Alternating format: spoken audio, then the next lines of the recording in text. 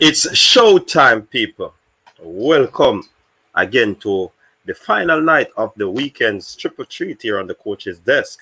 Welcome, one and all. Big up yourselves, people, for the support. Of course, you know the golden rule. Uh, Hit the like button when you jump onto the screen. That's one of the first golden rule.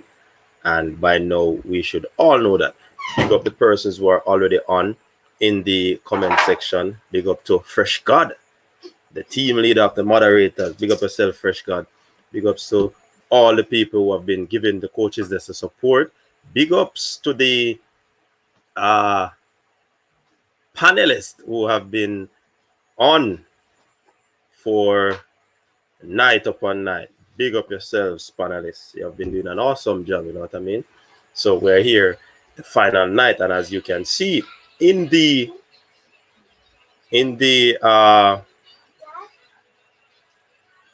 in the title of the video, is there really a selection policy for the national team? Quite frankly, I do believe that there is one. But we are going to have that discussion because that came out throughout 2 nights of the discussion that would have had where players are concerned in terms of selection. Yeah. And you know what I mean? So let's jump into, hey, today people was a packed day with sports. You know what I mean? It was packed. And let's kick off things with football. Yeah. So, English Premier League is over, people. English Premier League is over. And I mean, it was an exciting season. It was a very good season, if you ask me. You know, ups and downs for my team. But we have a final, and we came second with, of course, an unbeaten road record. Unbeaten road record. I think would have been probably the fourth team who in the English Premier League history would have achieved this feat. So kudos to, yeah man, United we stand down at Trafford, yeah. Big up to all the United supporters. You know we're not hiding. You know what I mean?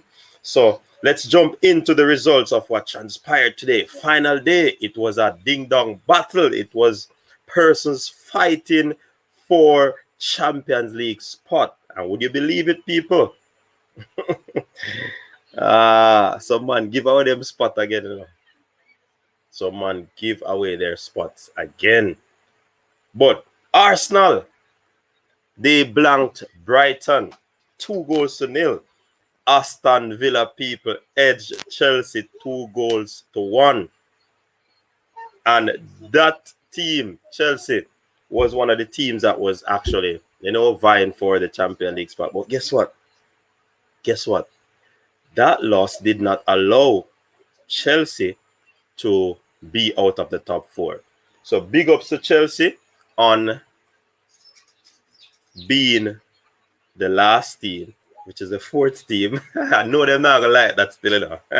When we said the last team. But Chelsea, even though they lost, they progressed in the top 4 and they have grabbed their Champions League spot. So they don't really have to play, very hard to win that title, even though they are going for it. You know what I mean?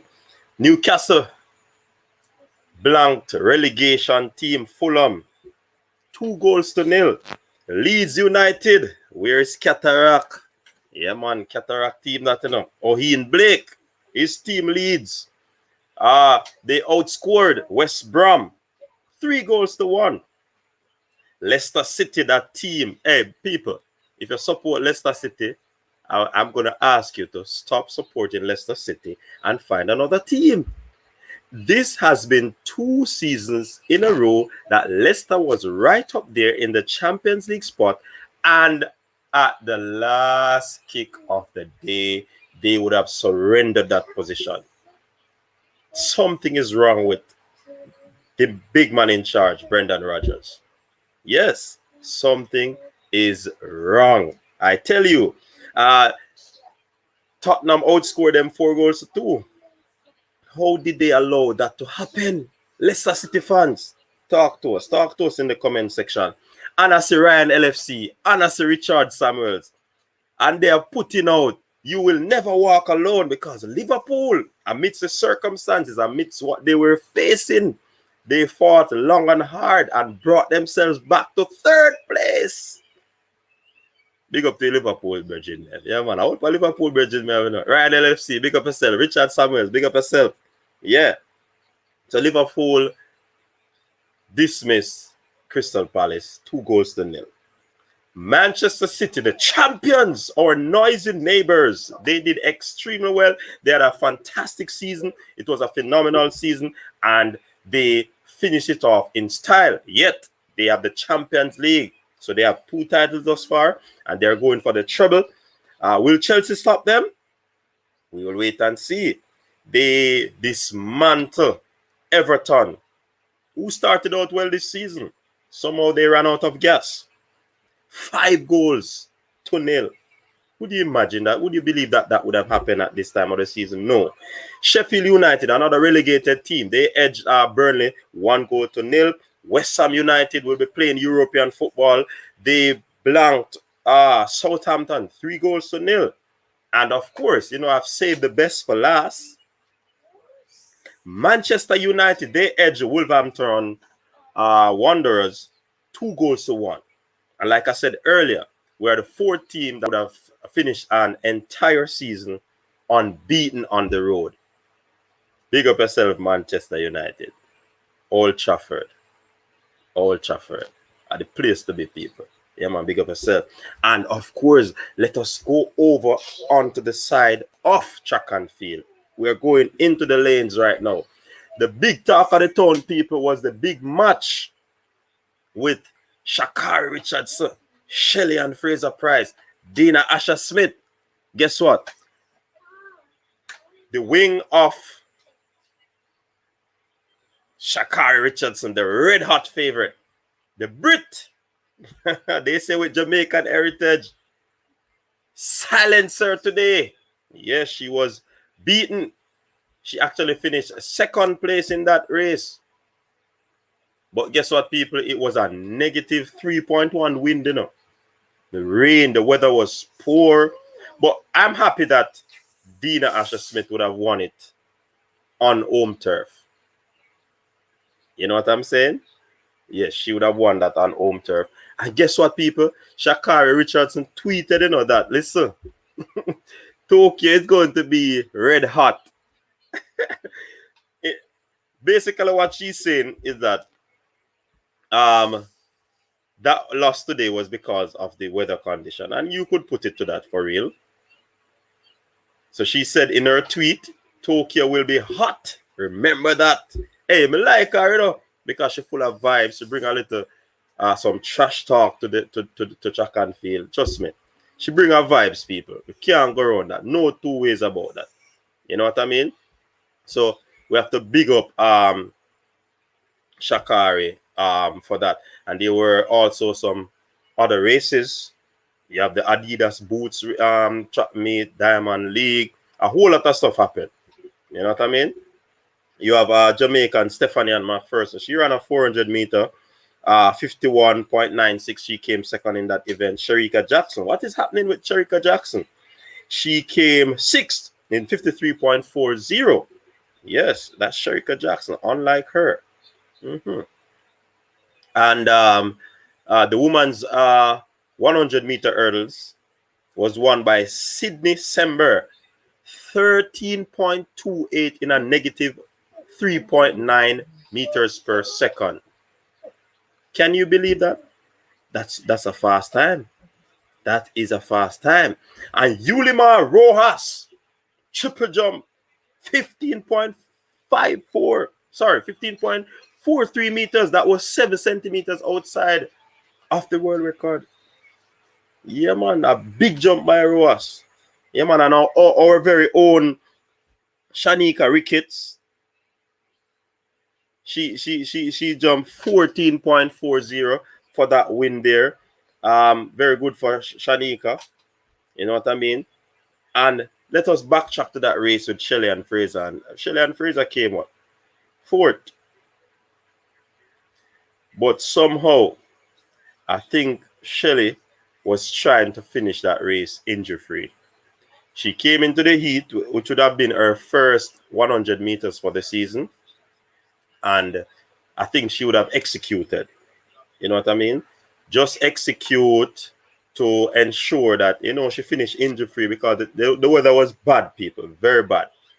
So we have to give kudos to all the athletes who ran that race and finished injury-free. I am suspecting also that is the reason why we didn't get everybody pushing in that race, because persons fear getting hurt at this time of the season. So that could be a factor. That's why she tweeted that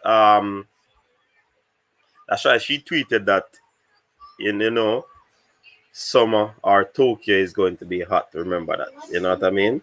So we have to big up to her. Natoya Gould, she ran a 600 meter in a world lead 124, people.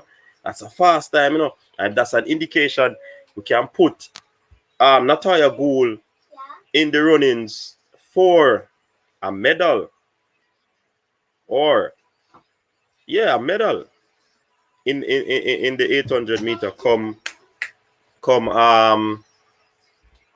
Tokyo. You know what I mean? All right. So we also have Shade Lawrence. She smashed the national record in the discus, women's discus throw, people. She smashed it.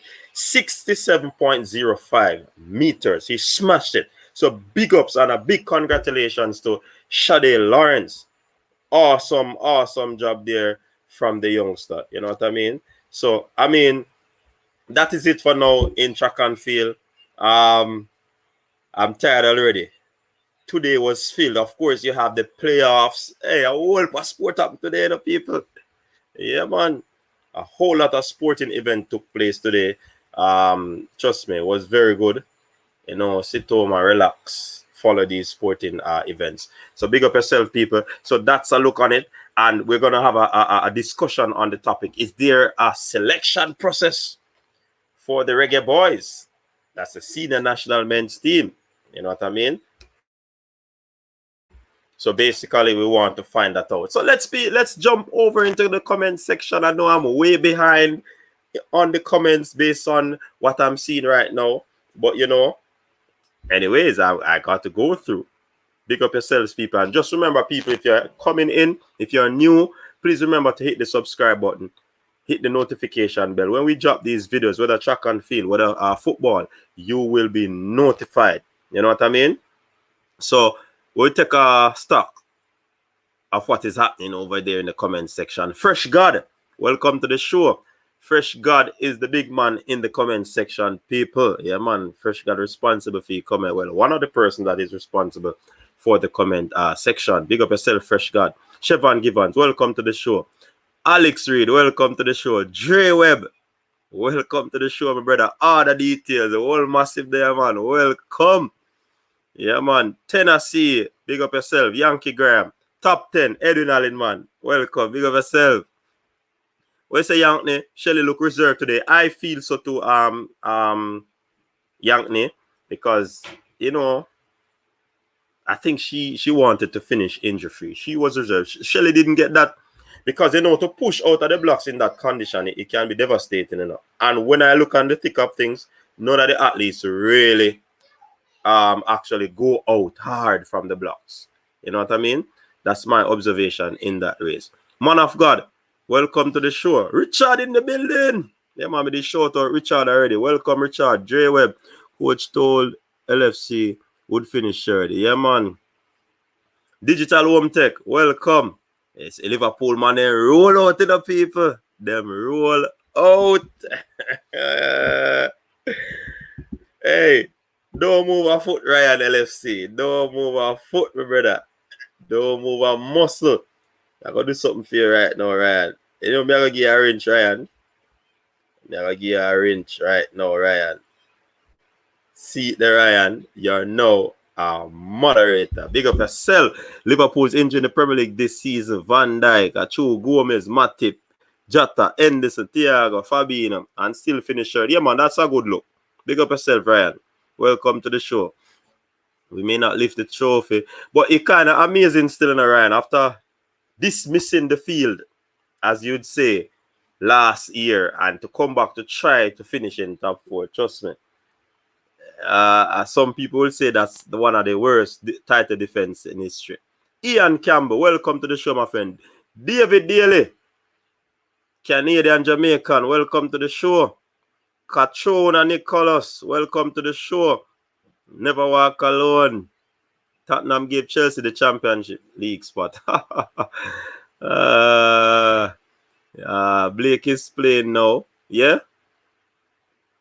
Jason Ferran, welcome. DJ Lavish, welcome. Long time we don't see you around here in a Lavish. Oh, go on. Yeah, man.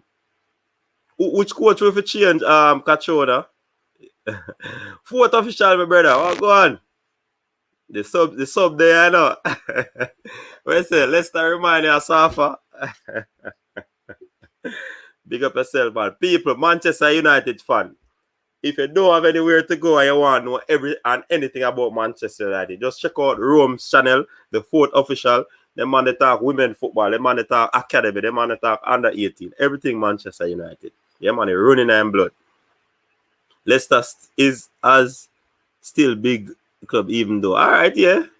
Big up, Ryan. Ryan, big up again, man. Chelsea, well deserved. All right. Hey, Chelsea management team move swift to get rid of Lampard, because if they never get rid of Lampard, Jay, anyway, I tell you, why your heart must start calm down now, eh? Chelsea have your friend, but you know, Leicester just give it to you. You know what I mean? Hey, Rome, you know, easy, you know. You know, easy. Giovanni Brown, welcome. Glad they're not in the Champions League. Leicester City. Not ready to play teams outside of England. All right. Leicester still gets a trophy. Them on the rise. True. Chris, welcome, man. I was listening to Andrew Price when you have time. Listen to the interview on Sports DTM. All right, I will check that out. Yeah, man. Big up Sports DTM to man. Yeah, man. J-Web coach, given your team's record, Old Trafford is not the place to be. Trust me. I'm glad to outside we go do it.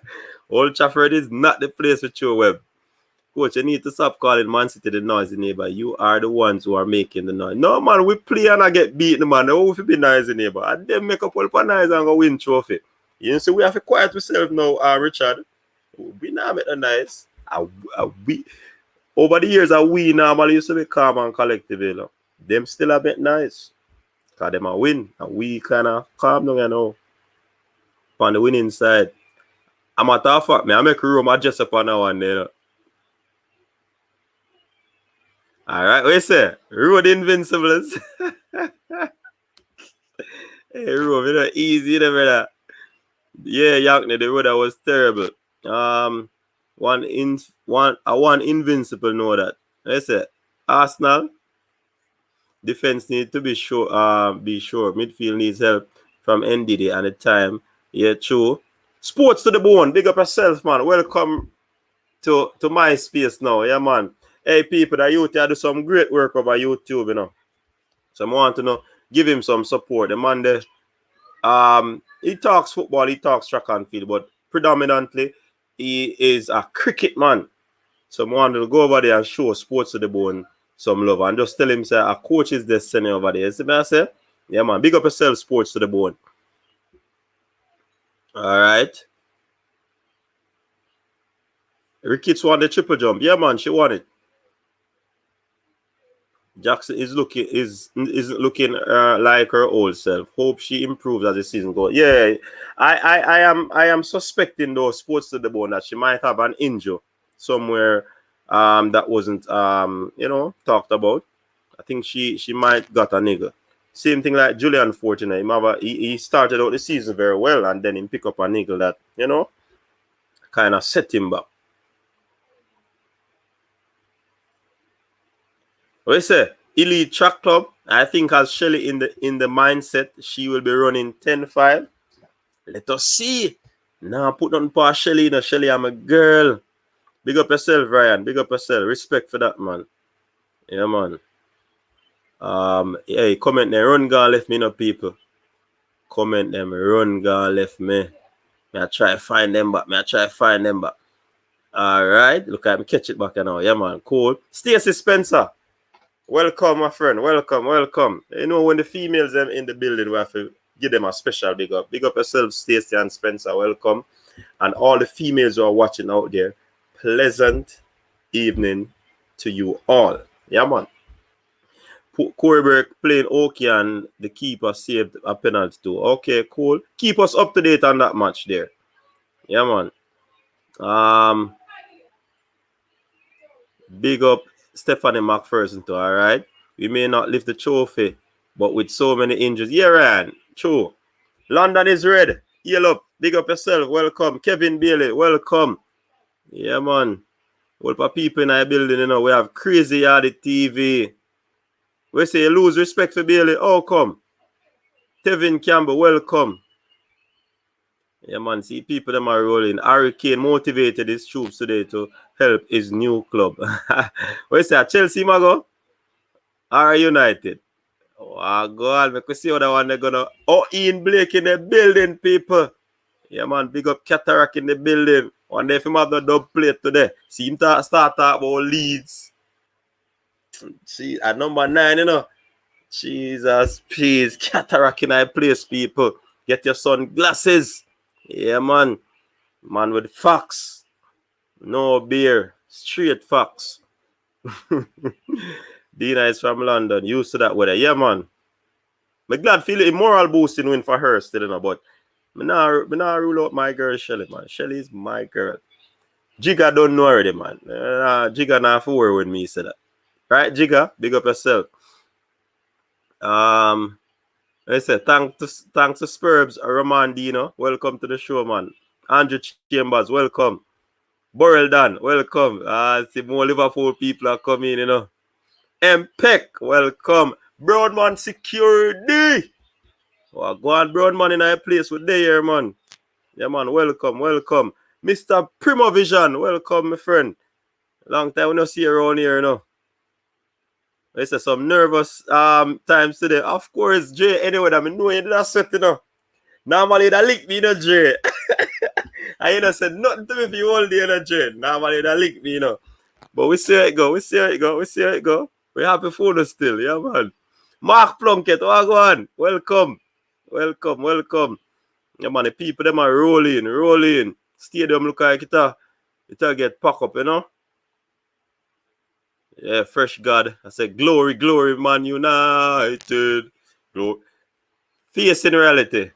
Oh, go on. People that don't know, so you don't have to go over there go check out Ryan LFC. Now, all the Liverpool fans, make sure a Ryan channel you know, go over there go watch it. Now. Yeah, man. Make sure to check out Ryan LFC. And the Man U fans, 4th official phone. Yeah, man. And you don't know, Ryan is open to collab. 4th official is open to collab likewise. You know what I mean? Facing reality, welcome. Another female on the show. You know, say, facing reality.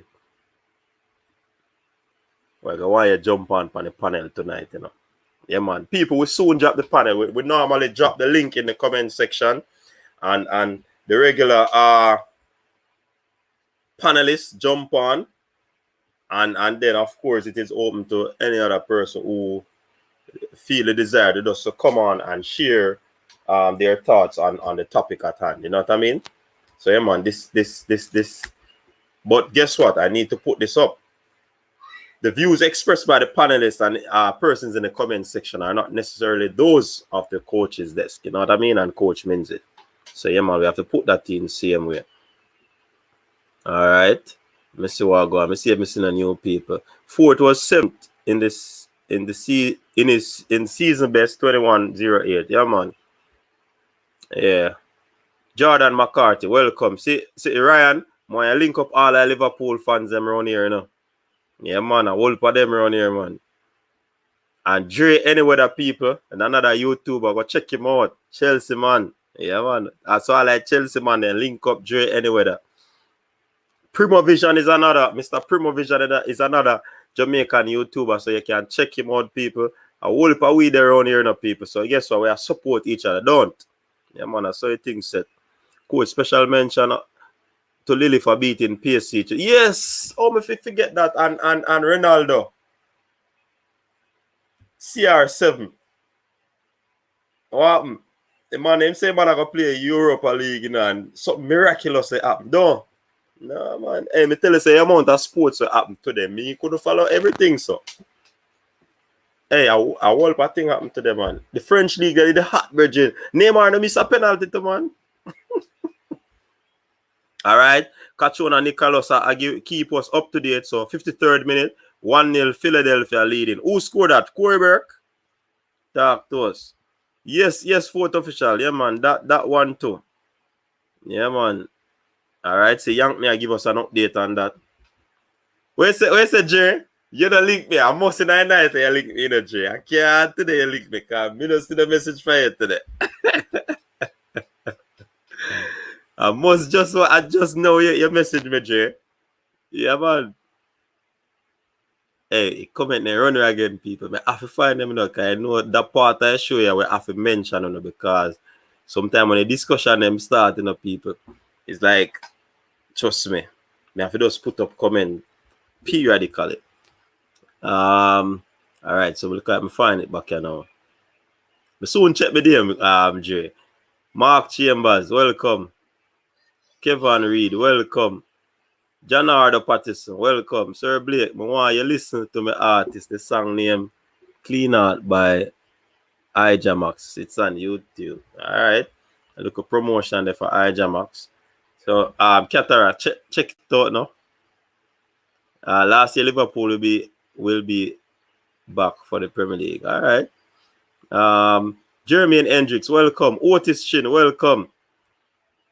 Yeah, man. Elaine Thompson injury will not be in door off in 5 days. All right, cool. Yeah, man. We know from she ran in Florida, you know, she kind of, I think, act up that Achilles tendon Achilles. Anyone who want to call it. You know what I mean?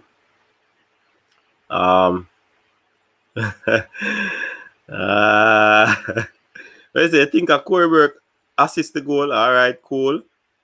Yeah, man, the people might keep us up to date because we're up on the live. Theo Nero, big up yourself, man. Yeah, Fresh God, disclaimer after out there, you know. Yeah, man. Digital Home Tech, welcome. This is a serious topic, so I had to... Where? Yeah? Yeah, man, a serious topic this man. Yeah, man. And Alex views is not the same as Coach's desk. Oh, that... Cachona, Nicholas. I have a question for you. We think we can beat Japan team with the team that we have now, causing in the other channels they behave in like we can't beat a bunch of 23-year-olds. Well, football really play upon a day, you know. I know, and not necessarily what is on paper.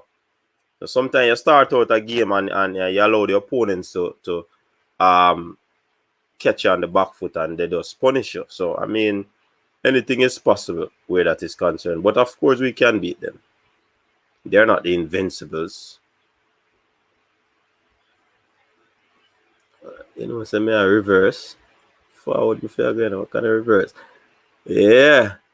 Jeremy and Hendrick, coach, people all over the world watching your program every day and night. But we are Liverpool fans. Big up yourself, Jeremy. Yeah, man. Respect our manners. Oh, it's not Corey Burke. Okay. Andrew Allen, welcome. Formula Sports, welcome. Where's the Jay? Don't link nobody. Tell you, know. Jay, it's Formula Sport, I confirm it. People, you can jump over to Formula Sports YouTube channel as well. Yeah, man. Good content over there to people. It man don't link nobody today. Because of the predicament he thought Chelsea would be in at this moment. You know he would have come on. If they never make it, he would have come on. Jay, declare your hand, Jay. Declare your hand. Yeah, MPET, I know you're dealing with it, you have to deal with it. I know. You know what I mean? But Sharon McLean, We say all leagues getting hotter except Bundesliga. Hey, you're wrong, Sharon McLean. Welcome to the show. It is not the Bundesliga. It is the Bayern Munich League. BM, welcome. Yeah. Come like this is a link up light, you know. Holy for YouTubers this around here. Big up on yourself, man. We say Mbappe to LFC. Ryan, I want to go on with that. What go on with that, Ryan? They say United use them bad. Ahmad is a general. Yeah, man. Big up yourself. Jerome 876. I don't know why them not get boss long time. Mark Plunkett said, listen me, I defend Ravel and Big Hector tonight, you know. Jesus peace back. You come here for them. Make sure cataract there. That me I tell you. You can't go around cataract. You have to come with good source, good argument. Alright, you're facing reality. She's a female, nothing. She don't know football. So you might have a great team on paper, but they can still lose. All right, we soon drop the calling link, people. Let me see, like the likes are go up. Normally we drop it to reach 50 likes, or on the instructions of Fresh God and team down there in the comment section. Coach, here's one for you. Which England national coach who was not lost a match? Who has not lost a match? Interesting. Which England national coach? You give me some research. All right, Landa, we check that out. But if you know, just tell with them, man. We can't give research in a big live show, man. Sure.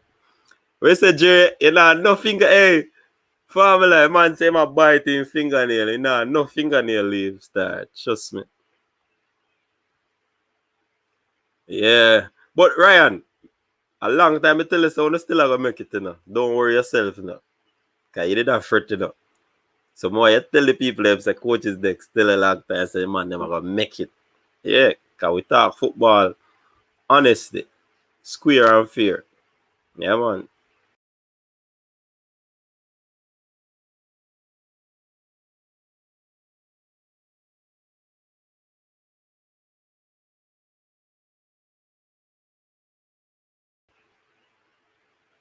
Breaking transmission, people. The sensitivity of the key or the trackpad would have allowed me to kick myself from this stream. But I'm back. And guess what, people? All like comments then gone. You have to go check my other device to see if I can find what me did there.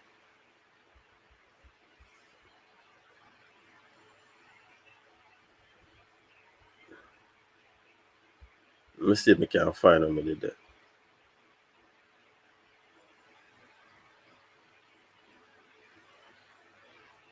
I find it, so I can read it. All right. London is red, yeah. Fingernail. Lots of people never want the Liverpool in there, all right? Decima Reach. Formula, just drop the subscription, bro. Keep up the good work. All right. Fernando, big up yourself. Calvin Phillips injured. So man, I got ball for Euro side, you know. Madrid Mbappe, I got top 10 declared. Wicked save by Blake from shot 25 yards out. Wow. So we are get update on what is happening in that game with Philadelphia and DC. Stevie G. Gerard. Oh, 7 Goran Eriksson. Yeah, man. So long ago, I have to remember that. By the way, how England team no job today? And probably not problem. Melton Tough. Big up yourself. All right. See this man come again at talk about Ravel. Hey, cataract. Look like you have to go string up well good tonight, you know. I see man come back with the same topic. You see people, you have somebody who came on a few nights ago, well, probably Friday, and I say or Saturday, last night, I say if I only Ravel we talk about. Sometimes I you the people talk about me nah shun anything with the people them talk about. Because once a football, you know what I mean, Liverpool had some easy opponents for the last 3 games. Them are welcome. Nervous for them. England's got a job. We knew they would beat Crystal Palace. Yeah, which is Liverpool team better than Manchester United. Of course, Liverpool better than United. Of course, me not go around that. But me still not gonna support Liverpool. Yeah, man. This me say. Me not take nothing away from that. That is a truth. As Liverpool supporter, we have not been playing the best football game. We are too dependent on one player. Yo, Leicester fans them hack the thing. Yeah, NBA go on and know Brandon. Hey, me tell you say the sporting arena filled tonight. And then now left none food tomorrow with the woman night curfew, you know. Jesus, please. Crystal Palace need to sign Blake this summer. They need a keeper. Yeah, man. Like and subscribe. That's Bravo. Welcome, Bravo. Big up yourself. Corberg off, replaced by Santos. 6 out 10 tonight. So, coach, you know, see Ravella train in Jamaica. Of course. We see that, man. They will not show some of my things, them, man.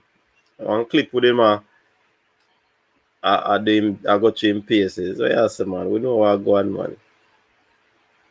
Yo, man, no, my stance on Ravella. Me and Cataract see eye to eye on the topic. Hey, what figure of speech that fourth official? Yeah, cataract see eye to eye. Cataract, which is an eye disease. Hey, yo, the English team will be selected on Tuesday. So all who feel like them heart are gonna drop, don't worry. You know, me have the clip on my phone. I have it on my phone, you know. No. Alright, so my name sent for drop the link. So we are at first the link I go drop so early, you know, people. Correct me if I'm wrong. At first the link I go drop so early. So here we are gonna do now. You see, this look like early folks then time I know. So who want to jump on, you can jump on. And remember, people, when you're coming on the live, your camera has to be turned on. If your camera isn't turned on, I will ignore you in the waiting room. So don't think that I'm being too harsh. It's a policy that would have set up because of some things that would have transpired. You know what I mean? So the topic of discussion is what you're seeing. Is there a selection policy for the Reggae Boyz? Yeah. That's what we want to talk about tonight. Let me see who's going to be the first one to jump on. Yes, that's another one there, Fresh God. Yeah, man. And the people, if you see, you send a message in the message and somebody time you out, and the people them with the blue wrench, they are in charge of the comment section. So anything you say, I feel like you can get to it. I have no control over it. Man, them just go put you in a timeout or delete your message at them run down there. So Fresh God is the team leader. Yeah, man. So if you see them things that happen, not me. Them man, they're running at the comment section. Yeah, man. Big up on yourself. Fresh God is the man down there in the comment section. Boom. Link drop. Fresh God, I go say, pin it, coach. So guess what? You see, before him say it, me I go pin it. Yeah. So, up and running. Let's see who's going to be first. Is it Cataract? Is it Order Details? Is it Dwayne? Is it Fourth Official? Is it Facing Reality? Is it Formula Sports? Let's see who's going to make it first. Oh, my word. People, guess who first jump on? Guess who first jump on? Guess who first jump on? Eh? What did I tell me? All Welcome, gentlemen. Welcome. Facing reality, I'm waiting on you. I'm waiting on you. Skyward Crooks, welcome. You're the first one in our building. Cataract, take it easy tonight. I guess yeah, man. Dre Webb, welcome. Big up yourself. See, man, and I'm full Liverpool. That's why I'm wearing my jersey, you know, because you know, the man can show off for me, you know, to make that before, you know. So make sure wear my jersey. Right away. Ryan LFC, Ryan in I'm jersey. Watch it. A jersey night. People, look at we can dump tonight. Jersey night. We ask a coach Hardwood Classics. Yeah. Who this again? Ah, the details. Then I'm jersey to people, a jersey night. A jersey night, people. Man, they roll up. Watch it. Chelsea. No, sir. A jersey night. Coach, you have to do a jersey night, you know. It looks, you know. It looks. Watch it. Watch it. J Webb. Jersey no, man, I already got that one. I already got uncle that one. Hey, people. We have Rudiger's uncle. We play for. Rudiger will play for Chelsea. His nephew is on. His name is J Webb, people. Yeah. Big up yourself, J Webb. What officially either you look for your jersey? No, man. Rudiger uncle and name J Webb. He name something else. No, man, I'm nephew, man. J Webb, I'm nephew. I mean name J Webb, brother. So sorry. Rudiger uncle name something else. J anyway. Down in the comments. Anyway. Yeah, man. Take it easy tonight. I don't know the comments though. Yeah, man. Big up yourself. Big up everybody. Ryan. Yeah, respect. About time today. Yeah, man, coach. Big up. Yeah, man. Big up yourself. So Jay, anyway, give him space up. So you know it go. So, gentlemen, what's up? I'm doing good, man. How are you guys doing, man? Thanks for having me on the show. Big up to everybody down in the chat. You know, I like how the chat moving. Nice and easy tonight. So, yeah, respect, man. Yeah, man. Pretty good time for Liverpool support and football fans in general. You know, some great things happen today in the track and field, football, basketball, NBA, and all of these stuff, and the MLS. So, good thing happen, man. We're happy. We need the football, especially in this pandemic. Sports, very important. So, yeah. Yeah, man. Trust me. Big thing. All the details. Oh, go on. When gone? Coach. Yeah, man. Worst season in a long time. So I say all kind of money in them shirt to celebrate as a Gunners fan. Boy, you know what to fix first, coach? Yeah. You don't know which part to fix first as a Gunners fan. Just a hold the faith, isn't it what I say? Yeah, for real. Me understand what going on. Better days, and them tune them I sing. Better days. Yeah, the gun jam. Jay, what go on? What you have to say? Introduce yourself, someone, and talk to us. Well, me there, you know, as a Liverpool fan, bleed red from long time. My high school team of yard, wear red. My college team of foreign, wear red. So, you know, my blood red, all red, you know. Liverpool red. Straight, all right, big up. Skyward Crooks. Chelsea, man. Can keep the far. People, I'm not tired to see Cataract face, you know. Man in a building in a white shirt. I know what the white shirt say. Hey, a jersey night tonight, you know, people. Jersey night. Yeah, man, a jersey night, man. Cataract sound, what go on? Yeah, man. Leeds United, 9th in the Prem. Can't ask no more. Bissell. Yeah, man. Big up Cataract. Army. Yeah, man. Yeah. Down the Ellen Road for life. A-Law. Always Leeds, always will be. That's man. Thing there. Glory, Man United. Bertram. Oh, yeah, deal with Bertram. Bertram there from early. There from Shirley. Bertram there, man. Bertram, I tell all the details. I'm not fair be so despondent, you know. Yeah, man. And the MLS game that is taking place right now between Philly and DC. Philly is actually leading 1-0, 76 minutes. into the game. So people, gentlemen. Coach, give me a second. Somebody, couple of my friends them link me. So I need an apology because them said me they a shout last night. So I want to apologize to anybody who feels say me they a shout on the live. Yeah, we take a little stiff drink so we can keep calm. I'm now going to mention RAVEL tonight. But you just did. No, spell. We say you spell. Don't call it name. All right. Nothing wrong with that. Why don't we get passionate about the thing? You know? We get passionate. Yeah, man. We're not going to call it shouting. We're going to call it passionate about, you know, the national team. And on that note, gentlemen, you know, out of the discussion, you know, for the past 2 days, we've been talking about what is transpiring. And Bertram, I watch basketball game, man. And that time I go on with in the evening. Yeah, man, big up yourself. As we say, what a sporting event that take place. So, you know, the people them have to take their medicine. Because, you know, sports is medicine. It's exercise is medicine. And it spill over in a sport. Sports is medicine, especially in a time like this. You see, they never open up the sporting arena, trust me. No forward in a problem, man. So we're happy to say that go on. And we are here discussing sports. Formula Sport, welcome to the show.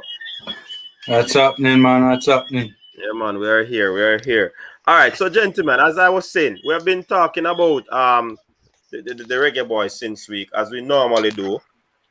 And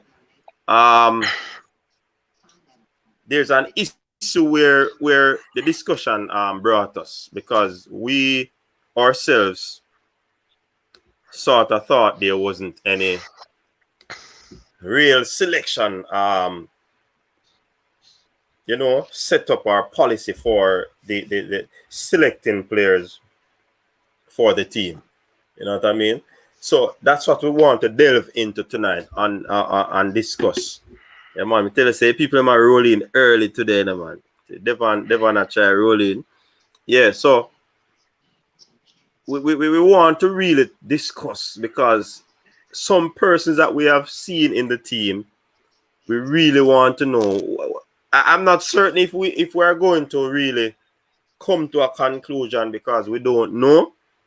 But I got a number today just before I came on live, so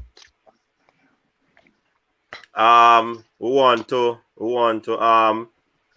talk to that individual. But because we're gonna have the live, I got the number late. I tried to call the person to get some information, but we'd call it now. The person probably was on another call, so you know we couldn't get to the person. So we want to probably bring that person on. I'm not telling you the name yet, man. We are gonna drop it whenever. So, is there really a policy, or there's no policy? Is there a policy that was amended? You know what I mean? Because as I said before, some persons would have been in the team that I would call it, and some of you would call it, questionable. You understand?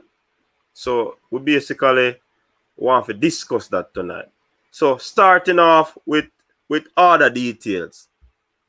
What you in your estimation, you believe that there's a policy, and if so be, what sort of criteria do you think that there is? Well, I think the criteria, coach, good night panelists and viewers again, is the best players. I know there was a little bit of discussion about what our policy is around the time that Leon Bailey was playing in Europe but wasn't playing in the Jamaican squad, and there was talk about his demands. And I think while I was preparing to join the panel, I looked up and I saw an article which was saying that the GFF says there's no room for special considerations for certain players, and there's a preset one-size-fits-all approach to get the best players to play for Jamaica. But I kind of get the sense that there's a little potential for back and forth, and they may not be the most accommodating. But really, I love to spend some time, coach, talking about that same Luca Levy situation, then what caused Luca Levy feeling inside really? You know what is his claim to fame? Yeah. Because I do a little search and I say, well, me see that player who should not get the call upon. You know, him look like him is a permanent fixture in the 30-man squad them going forward. So we can't tell about that a little more. But overall, I think the policy kind of is for the best player, but I don't think I live up to that expectation of trying to get the best player available. But if we're not living up to that, is that really the policy? Well, it's like a high jump here, coach. They set the bar at a level and everybody can jump over it. You know what I mean? For the first round, our first attempt. They're going to jail, you know? They're going to miss the bar. But they're in that event. Yeah. Formula, what do you think? But I mean, first of all, good night to everyone on the panel. Pleasure being here. Is an excellent topic, man. It's an excellent topic because over the years, man, a whole heap of time Reggae Boyz squad announced, man, and a pure cussing, man. People can't understand how this a brother in the squad and this a brother do in the squad. I mean, there have been accusations of politics playing a role in the side being picked and all of that stuff. I mean, even when I'm looking at the side right now, you know, we need more wingers in the team, and we don't see a Martin Davis in the team who, you know, as previously even come on your show and express desire to play for the country and get a call up. You know, so it's an excellent topic, and I hope that, you know, people from the JFF are watching, right? Because this is a very important discussion that needs to be had. Yeah, man. Ryan. What was the question again, coach? What do you think it is the policy of the Reggae Boyz, or do you believe that they have one for selection? Well, coach, I'm totally honest with you. I don't know. But what we know in public, we hear player criticize the JFF a lot by they're not tracking certain players. They don't have a system or something to track the player them overseas, because Martin Davis, he has been putting up very good number. And the league in playing in Malta is a high league, and some of the player them were in the lower league in the MLS, or we'll call it in the MLS, USL. USL. It would be similar standard to the Malta league, but I don't know. I always hear player complaining about it.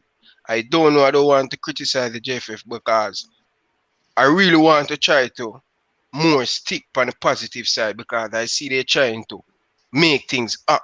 Things is up, man. I want to try to more positive. If they have to get the beating, they have to get the beating. But at this moment, I don't know. But if so much player criticize in the JFF, they're not doing well to chat the player them playing. Clearly, a system is not there to chat the talent them across the world. We need to put something in place? Yes, we need to put something in place, because good player out there were not tracking. We continue to see most of the player, some of the players them when not perform for the national team keep getting called up. And we have to say some favorite thing in the JFF. When you look at the Harborview player and the Portmore player, why is always been Portmore and Harborview player always in the Jamaica national team setup for ever since? Yes, Portmore and Harborview, they have some very good player, standout player, but what about some of the players they are playing for Waterhouse and Mount Pleasant and this team? You understand? Yeah. But at this moment, be honest with you, the player them cuss a lot about it. Say they don't have something to chat the player them. So we don't know how they picking the team, if they're picking at a performance or what. I don't know. All right. Devon.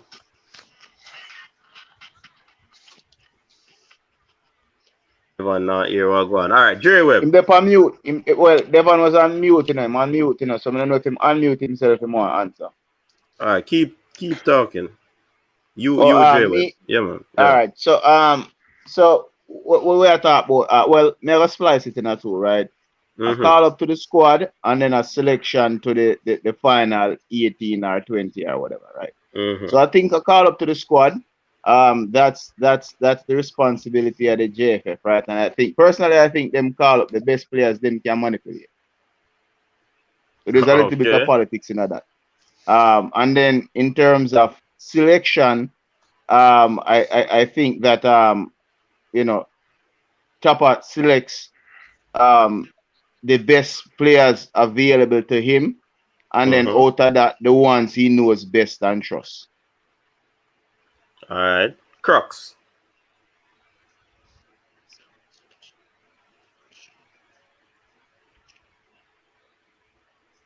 Crux, you can't keep no about.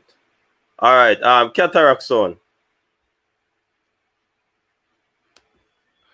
Respect, coach. Respect the panelists. And respect to the subscribers and the loyal viewers. Could I be doing anything on this weekend? But you're there with the triple treat. Look like we're going to have a quadruple treat, you know, because we're lucky in tomorrow, you know, coach. Hey, look, hey, that sound good, you know. That sound good, you know. We can, yeah. That sound good. But, you know, I speak my mind freely. This one don't have no stats. But it does. It does. I can point. I don't think the JFS is a selection policy. Open door is not a policy. That is what is called in American sports walk in or walk on. People don't go to Tampa Bay Buccaneers and say, yo, I want to be a wide receiver. My bad. You are tracked. You are first identified. Then you are tracked. And based on the tracking, you are then analyzed. And then based on the analysis, the final step is for the coach to come and watch you and do what you call the eye test. See if you, to the coach's eye who has the final decision, you are up to scratch. I don't know what the selection policy is. I don't know if there's a maximum number of England-born players that can be in the team. I don't know if the players... I've heard a policy, let me be fair to them, that any player coming from England has to be better than who is here. But how do you judge better? Because you're talking about leagues at two different standards. There's been complaint about the local players who are selected. So even amongst the players who are playing here, over the years, there's always been question marks about somebody who is selected from the local league.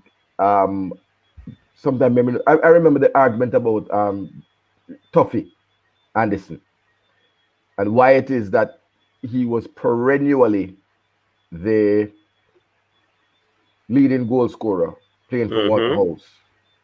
And it seemed like every other man, all them have to do put striker behind them name and them get a call up, except Tuffy.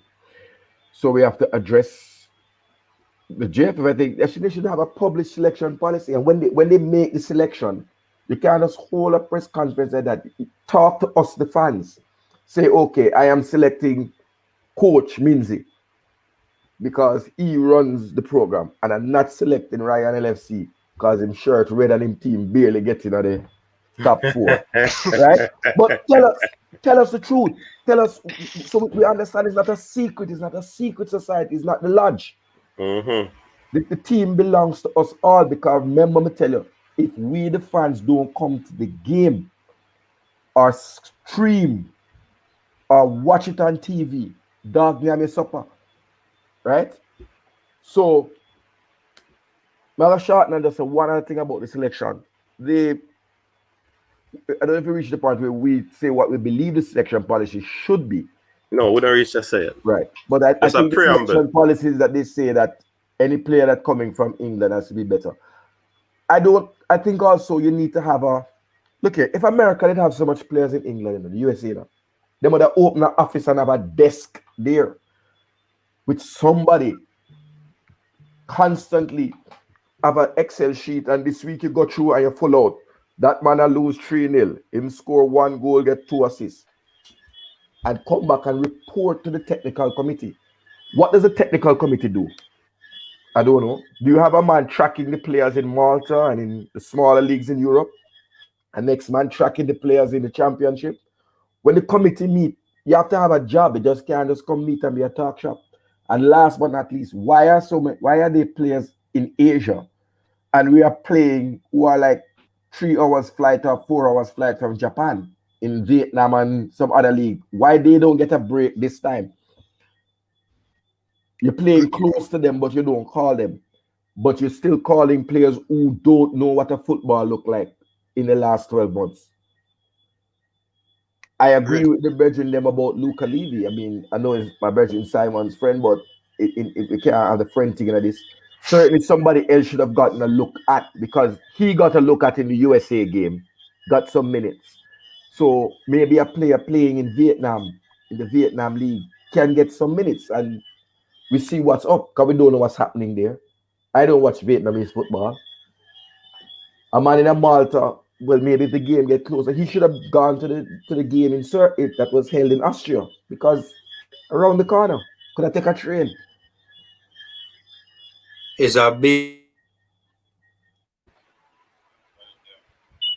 I was saying is a couple of big points both Cataract and Ryan make, pertaining to transparency, because as Ryan rightly said, he asked the question, what is the selection policy? The fact of the matter is we as fans don't know what the selection policy is, and that should not be the case, right? That just should not be the case. So it's some big points make right there, man. Yeah, true. All right, Devon, you ready for us, Devon? Yeah, man. All right. Do you think that there's a policy, and give your thoughts on it? I would hope that there's a policy. And I'm hearing all the time that the federation would like to have the best team to represent the country at all times. Now, I'm not gonna call names and get into big details about it, but there are certain players in the team. I don't think they have done enough to warrant a call, especially if no football hasn't been played over the last year and some months. So how do you, and what merit you select those players? What they did back in 2019 or 2018, and even then they were like development players. I don't see how they are the best crop of players representing the country, because I'm pretty much sure there are better players. Take for instance, Joy. He's playing in the MLS. He plays for Jamaica at youth level. He must have a Jamaican passport. Why is he not in the team? If you're depleted in certain areas on the field, why can't you take a look at him and see if he fits the bill? So I don't want to elaborate too much on it, but I think there are some curry favors. I might be And brown stew. that's all I that's that's all I have to say right now. Okay. All right. Mark Plunkett. Good evening, gentlemen. Can everybody hear me? Yeah, man. Sure. All right. Nice. It's been a while since I've been on. First and foremost, big up Raval and Big Hector, not the Middle. Cataract, bless up yourself, Devon, everybody. So for the policy, I do think the JFF have a selection policy. However, a lot of the players that we're talking about, as Cataract mentioned earlier, about players in Asia, Vietnam, those countries over in Asia playing football where they may not selected to go to Japan, being that they're closer, that would help with logistics. But I think there's one key thing. Out of sight, out of mind. Most of us don't even watch those leagues. we don't even know most of the players playing in the league. And I think that's the same thing that is taking place with the JFF. They're human beings too. Yes, they should have the resources to be able to scout or look at these players, who have a Jamaican passport playing over there. But I think that's one of the reasons, out of sight, out of mind. Resources are next one again. And I think the continuation of players that have already been selected, like a Luca Levy, maybe you want to build a foundation. These players are young, and you want to have them, in the squad and basically build upon, what they have going forward. So I think that have to do with the foundation of, the JFF and how they want things to be. So instead of calling up Luca Levy one time and then just drop him, you call him up again, you motivate him, you push him forward, and then, that's a formula for success. A lot of people won't see it that way, but I do believe, that's one of the policy they have. So, yeah, they have some sort of policy who might not like it.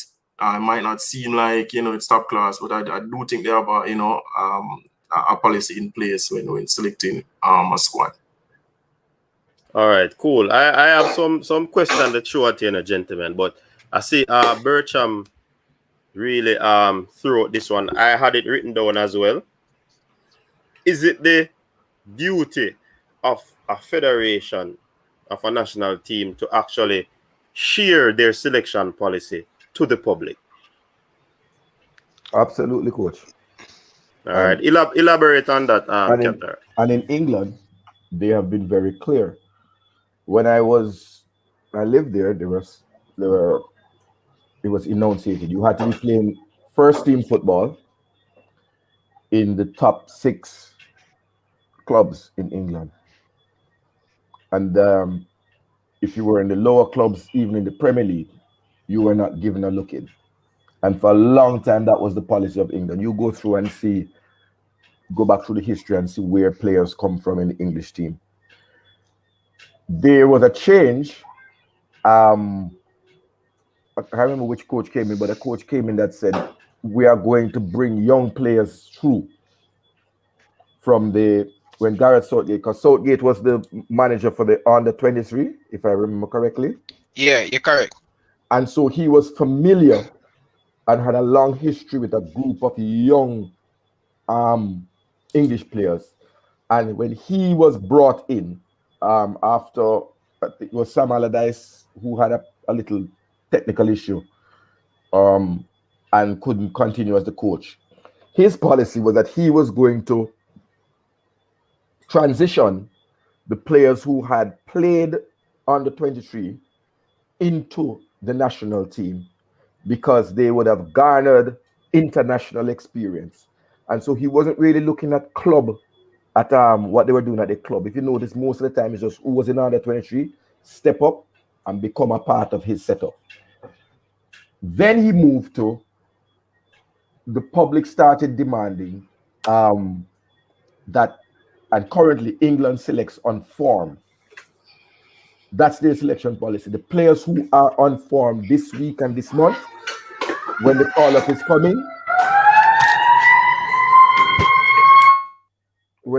coming, that's the player who is selected. So, for example, a Trent Alexander would have gone off the boil and he gets dropped from the squad.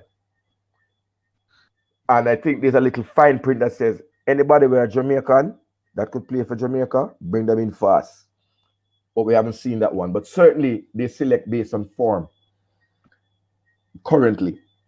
And so players from the less traditional clubs have been able to get a look in on the Gareth Southgate. And that was certainly not the case 5 years ago.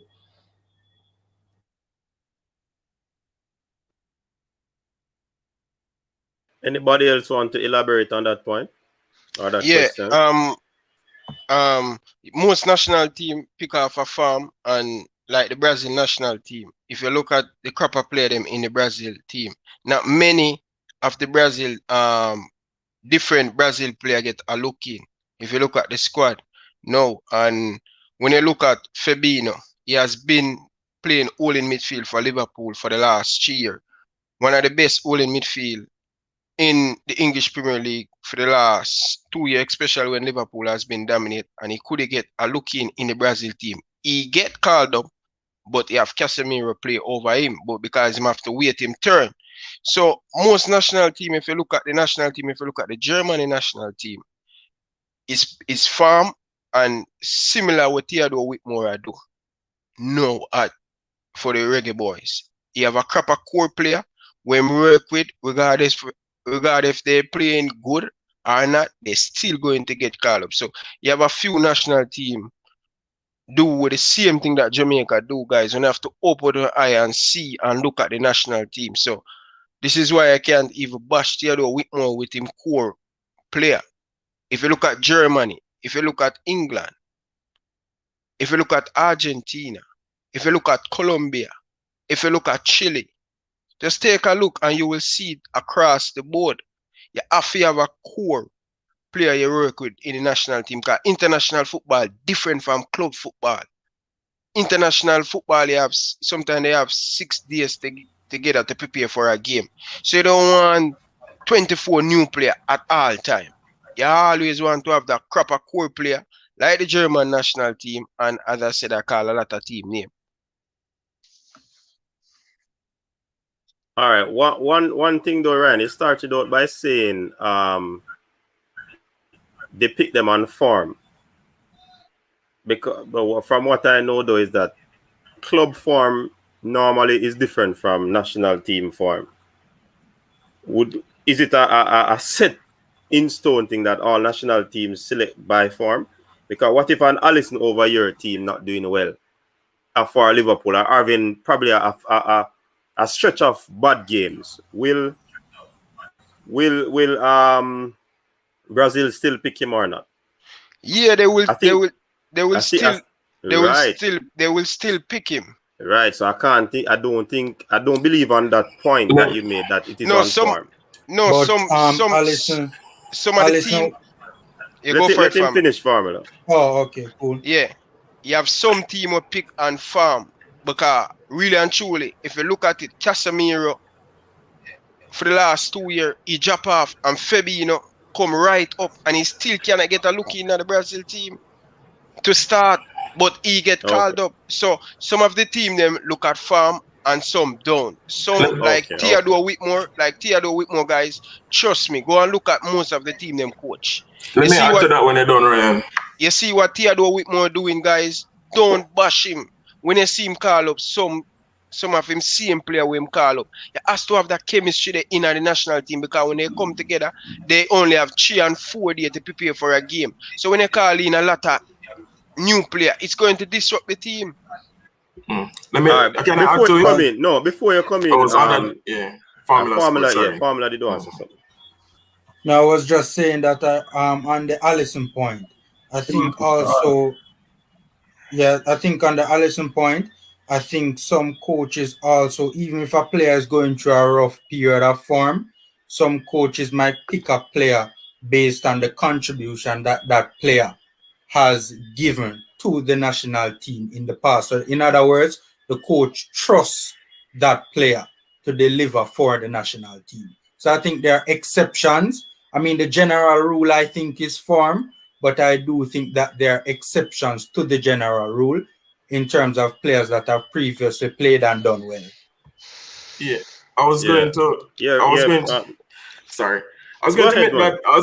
make that part, point, Formula Sport. I was going to say it's more players that you can rely on.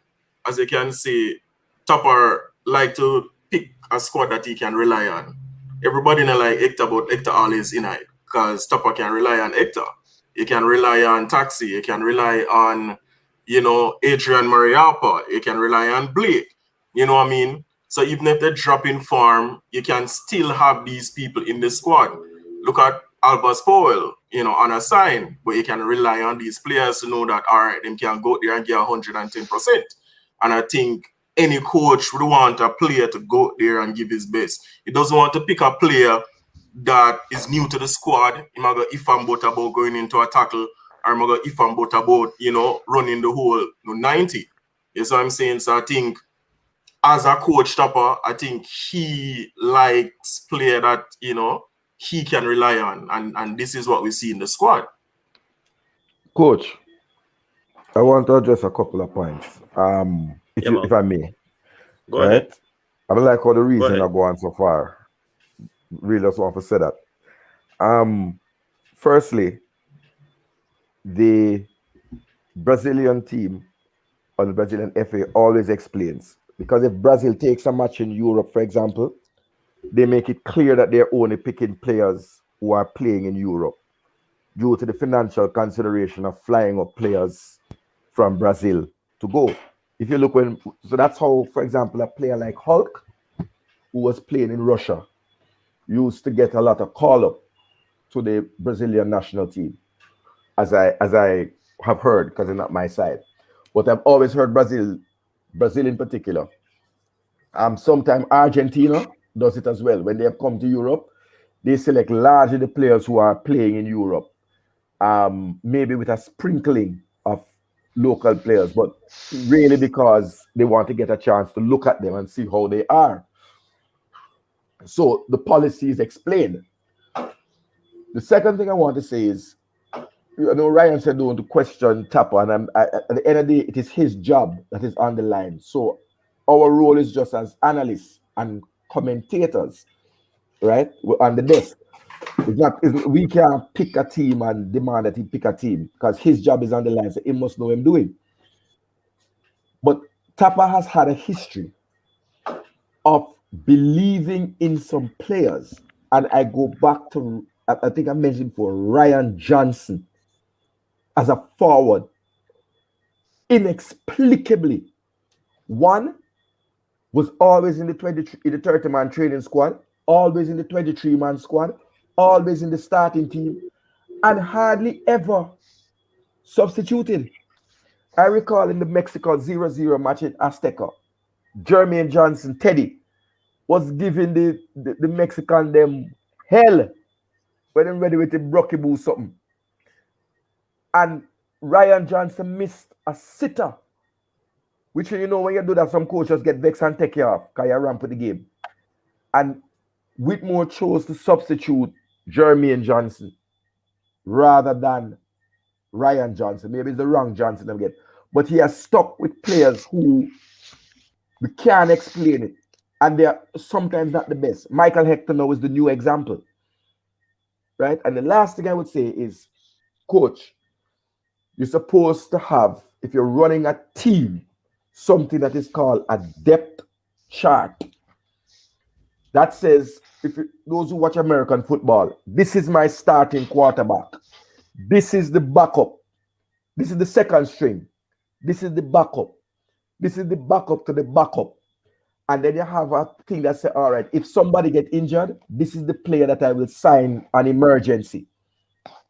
So for each position on the field, Jamaica should have at least 5 or 6 players named there that are in the depth chart, that are in, you know, getting to the starting 11, getting into the squad. I don't think that we even monitor schoolboy football. Somebody can't, I should be able to call the JFF and say, if I'm a club, tell me all the left-footed midfielders that you have in Jamaica. And I don't think they could get an answer or even a callback.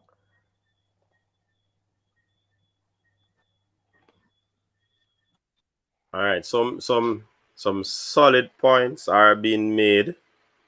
Some persons are disagreeing with, but I mean, there are some good points coming forth out of this discussion.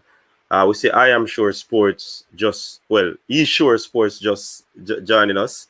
What are your thoughts on the selection process? If there's a selection process for the national team, you are sure. All right, good evening. Good evening, all of the lucky Liverpool fans and the lucky Chelsea fans. Bad luck to Leicester City. Yeah, man. But good night, one and all, and you know, to all the persons in the comment section and thing. But my question is, before I answer, because coach, I know you propose the mood. When you say policy, what do you mean? Because I have to know what that means first before I can answer the question. How are Because players? Is what there a some set document? If there are set document, quote all unquote right, set document document. for players to be selected, or is there a written bylaw for selection of players? All right. So without, if there's a policy or a bylaw, so the policy is a document that has the That's right. bylaws. That's right. All right. All right. So my answer is this, and I think Ryan said this earlier. We can speculate, we can assume, but I don't think no national team in the entire world has a document with bylaws and policies. Until I can see that, I can expect it of Jamaica. We can assume, based on what we see, that maybe the Brazilians select based on this and maybe that. But none of us have any proof that there is a policy document for selection with any international team. All right. Should there be one for? The JFF has referred to one in its commentary previously, you know. So they have a policy document or they have a selection policy. Two different things, you know. There are two different things. That's why I asked the question. One thing I would have said still, I would agree on what Cataract said, which is a depth chart really guide your selection policy. 1 to 4 in our best positions, really. So, no. All right. I'm sorry. All right. Yeah, man. No, man. Fine. So, there is not a document, I think, but different international teams have policies that they use to select their teams, and those policies change ever so often. If we had one policy document, Ian Goodison would never play for Jamaica. Ricardo Gardner, based on some of the standards of what I'm hearing. Ricardo Gardner was in high school when he was called by Rene Simoes. Ian Goodison was playing in major league and not in the top tier, but he was still selected. So many times, even with a set, I would say there's a set of criteria that I think Theodore Whitmore, the head coach, have in his mind. I think in his own head, we're saying that there's not a depth chart. So my thinking is this: he must have players.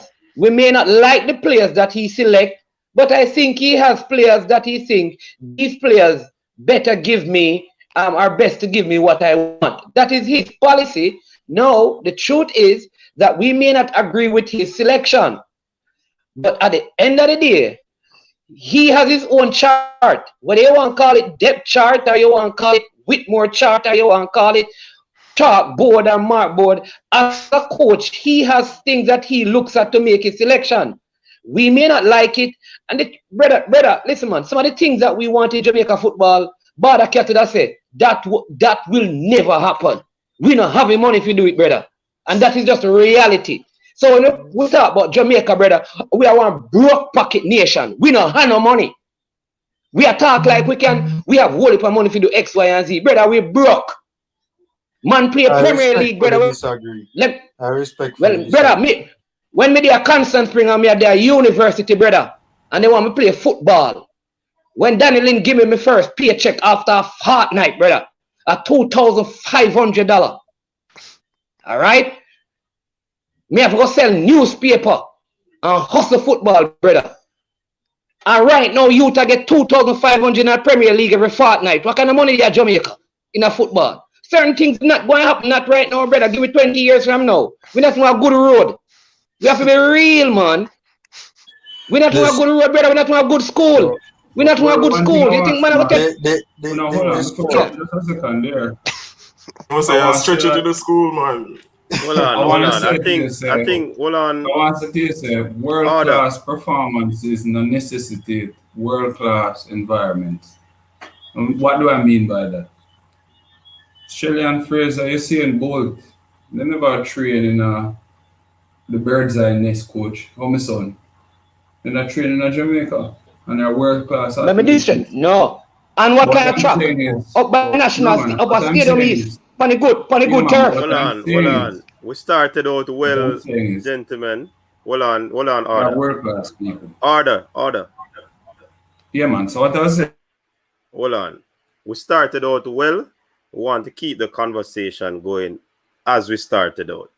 So if I'm on a talk, we can please show some respect and make them finish, then we jump in. We don't want the over talking. So tonight start calm and collectively. Make it remain that way there. So Ada, go ahead. Yeah, I was saying that Oh, sorry, let me apologize sorry, let me apologize. Sorry, other details. And sorry to the man them come me turn over the apple cart. Me never really mean to do that still. Me just other different. And my apologies. Me not really my apologies. We just feel nice. You understand? We eat some chocolate and drink some wine. So just bear with. The pastor really be some white rum pastor. So man, everything good. What I look on is just you're 100% right in terms of some of the things that we want bigger than we grasp, we reach bigger than we grasp. But I also think that what we said in a couple of nights before, that the commercial side of football and the commercial side of the JFF stands to answer and fix a lot of these problems in terms of the whole professionalism. Because we don't have a professional league, so it would be strange to expect certain professional standards and certain professional results without having it in place, So just that me did want to say. Guys, you know what I don't like? I really and truly do not like when we draw for the resources argument, man. I don't like it, right? Because the fact of the matter is we can and should be doing a lot better with better administration. We should be doing a lot better from a resources standpoint with better administration. I genuinely believe that. I think the structure of football in the country is so poor that it stretches the resources thin. And because it stretches the resources so thin, right, the funds are not being properly concentrated to have maximum effect. Also, we can't go around the fact the image that the Jamaica Football Federation has is a very negative one, that people don't want to dip them hand into them pocket and give the JFF them hard-earned money.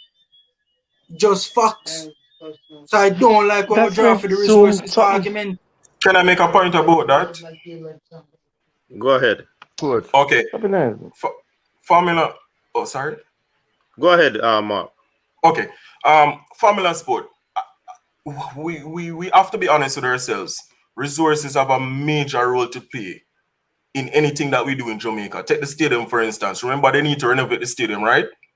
And they did the track the other day. The reason why they did the track, when the track was laid a couple of years ago, what the minister, Olivia Babsy Grange, did was put aside money over a couple of years, over a period of time, for when the track need to be done, they'll have that money, so though they don't have to call up on the finance minister or say them broke on the money for do the track. However, the stadium dilapidated and need to be rebuilt. No, them said them are going to start 2021. We're in the middle of 2021, right? New stands and stuff like that. But yet still they're going to try and source the money from the finance minister, right? They're going to try and see how they can pool money. What does that say to us as a nation, right? We lack certain resources, especially Corona come now, knock everything off of the ball field. Everybody's struggling, money's not there. You know what I'm saying? So we have to keep that in mind, so the resources are limited. Boss, I agree with you from the standpoint that resources play a big part. That is facts, right? I don't know if I didn't articulate myself properly.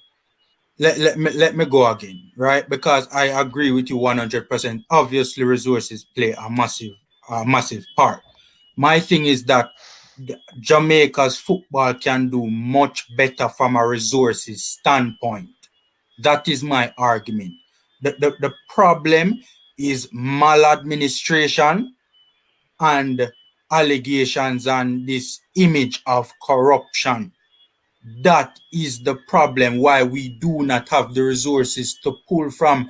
One, because of how football is administrated in this country, the resources are not properly concentrated. It is spread too thin. By that I mean, for instance, we have hundreds of football clubs in the country, in little Jamaica.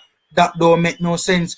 From my understanding of it is over 400. Some estimates have it to over 700 football clubs in the country. All of that, put a strain on the resources, this little community football thing where going where club a pop up all about the place around our part, right? And putting a strain on the resources, the trickle down effect, the money is trickling down right down through the ranks and being spread too thin. It is not being properly concentrated, and then JFF cannot raise the necessary sponsorship that is required to run the program properly. Because we all know the image that the Jamaica Football Federation has, whether it is true or not, the image is there. Coach, go ahead. Because I think we're straying off topic. More will bring us back to selection. Well, the cataract, I never finished my point.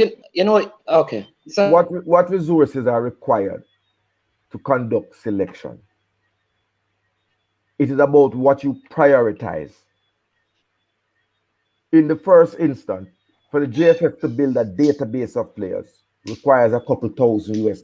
If a private citizen like myself can do it, they can also do it.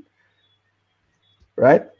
So you're not talking $1 million US or 100,000 US to just build a database and know all the players around the world who are eligible. Remember, someone only know about England, right? Secondly, we're not talking about development and stadium and those things have nothing to do with the selection policy of the Jamaica Football Federation. Thirdly, you have a Rob Smith, my brother. I want to just quote read quickly from an article related to the Brazil national squad that came out. The Brazil national team squad selection has not been entirely in the hands of its coaches since 2012. An Auditor General report out of Brazil. In a shocking expose, the Brazil Football Federation entered into a multi-million-dollar secret contract with marketing firm ISE in 2006. And since the deal was renewed in December 2011, has given powers of player call-up to the Cayman Islands-based company and its business partners. The ISC and its holders have stipulated that a certain group of, quote, in quotation, 18 players must feature in all international competitions, and that any potential substitutes must meet a certain marketability standard. The Auditor General report states, the CBF will guarantee and ensure that the 18 players that are playing in official competition will participate in any and every match. Should one 18 player be injured, the contract mandates the CBF must show proof to the ISC with a medical certificate. Right? I'm going to skip out some things. The agreement also instructs that Brazil friendlies cannot be used to test up-and-coming youth players or to prepare the Olympic team, which consists mainly of under-23. It further specifies that preparation for national teams run up to the 2018 and 2022 World Cup will be exclusive to the company. Right? And the final thing says, the report goes on to assert that CBS is subject to pay a penalty if it fails to adhere. The report also details how the governing body sold the rights to organize the national team friendlies to another third party and reveals that included in that contract, all broadcasting and copyrights are under the full control of another Cayman-based company. That contract will end in 2022. People, well, we have to know these facts, We can't just... So in Brazil, what they are saying is that Brazil's marketing company dictates who is selected for the national team. And who is selected for the national team has to be agreed with the marketing company. Because what the marketing company is saying is if you pick a bunch of up-and-coming players, we won't be able to market that game to the maximum of ability. But Cataract, that could be indicative of the fact that they have a big sponsor like Nike if I'm going down the right channel there, because if a marketing company is involved and they have all rights to all of that, that tells me it has to do something with kits and all of these things. And money. Yeah, And money. Coach, let me. Can I interject, Cataract? The marketing company. Hold on. I am sure.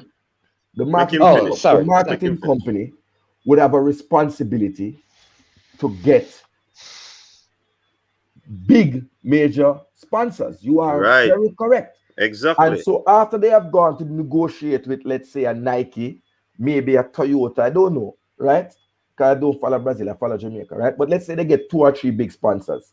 What they are saying is, having negotiated that in their agreement with the sponsors, if you select some under 23 players, you will have to pay a penalty because the sponsors want the Allison, they want to see the Dani Alves, which I'm wondering if that's why he's called back, right? They want to see the Firmino as looking at a squad, the Gabriel Jesus, the Philip Coutinho, right? Because they are trying to sell, and the other company that has the television rights. But let me stop you there. Because I was just answering Rob Stone to say that it's not everything is not the coach and everything is not. Okay. When he was saying that Brazil have a thing over who is selected. That's what I was because the Brazil situation is a different thing from what we have here in Jamaica. And let me as you talk about reading stuff, let me tell you what Gareth Southgate would have said on his selection policy. Right? He said, since a group of players for the friendlies with Germany and Brazil, Southgate has had to contend with 8 withdrawals, which has led to a number of new faces being called up for the Wembley doubleheader. This is an article from 2017. Let me state that clearly. Ahead of Tuesday's showdown with Brazil, Southgate has revealed a process which he uses to decide upon which players are included for each squad. I have a list, and I'm quoting what he's saying. I have a list, and if I had to pick the squad tomorrow, I know who it would be, but that can change in 6 months because of form and players emerging. I'm open-minded. We watch the players very closely with their clubs and have succession plans to who is second, third, and fourth choice. I think other details made mention of that. That's constantly updated, which I agree with. There is an element of form that plays a part because you want them going into games at their very best. So that is basically what the man Gareth Southgate is saying, which are some very, very, very salient points. And why I read that is because it gives a different point of view from the whole Brazil setting of things, if you understand what I'm saying. So I believe that there are policies in the Reggae Boyz or the selection process of a player to the national team. But is it a constant thing? And I ask the question, is it a policy? Is it a paper thing that what is written in stone that can't be changed? Or they just have things that they updated by word of mouth? I am sure, Sports, you wanted to say something. Coach. Yeah, man. So let me say a couple of things. One, right? And like I said, if we're talking about a document with bylaws, that is not in place on most national teams because the football evolve over time. So let's get to that. And that is why Dani Alves, who moved back to play in Brazil at age 38, gets a call-up World Cup qualifying. What Cataract just read is not a selection committee by a coach or a selection by a coach to the national team. There are certain players every year. It's like what West Indies have. If West Indies are going to play a T20 cricket, as an example, there are certain players that are on the central contract. I don't know the specific name. For example, Brazil has a pool of 18 top world-class players. Who, if the coach were going to call, retainer, those players will be called. So when that marketing company is putting on a game for Brazil to play Germany, that marketing company markets those players. And so Brazil cannot not play those players because they are their central players for their games. It's not a group of persons in Canada who goes over the world and says, listen, you have to put Gabriel Martinelli, get his citizenship and let him represent Brazil. That is not done by the marketing company. The CBF gives the marketing company the group of players and they negotiate and speak about it. Every time they arrange one of these friendlies, like I said, coach, because it's a money-making venture. When they are going to play the game, people know these players are going to play and all the sponsors get on board. We have to look at transferable principles and some make jotted points.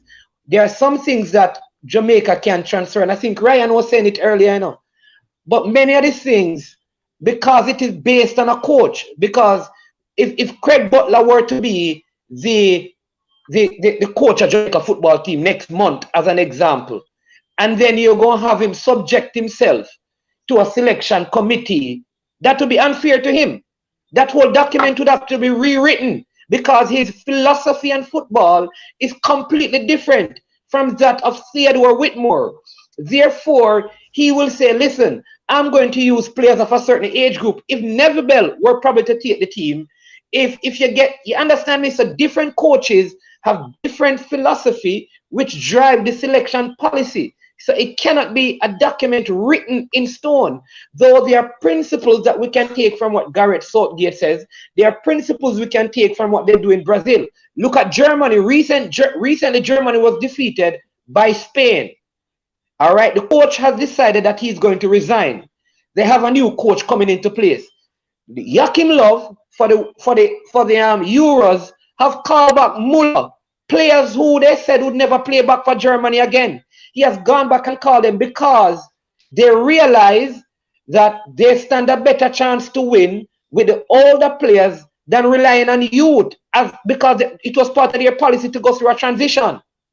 So if it was a document, they would be stuck in a certain place. So it is just, I think it is a philosophy of a coach and a technical committee. And when those people change, the policy may change and some things may transfer. It's not a bad idea, but I don't think it can be or should be something that is established as a booklet. Right. You understand? I think that should be. Man. Yeah, I don't think so. I get the point. I get the point. But before, I want to ask a question though.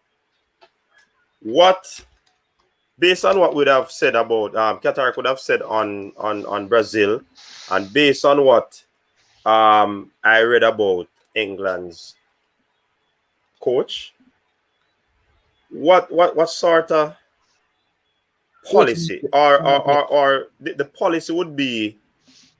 I'll come into you, Alex. The policy would be, I want you to think about it before I get to Alex.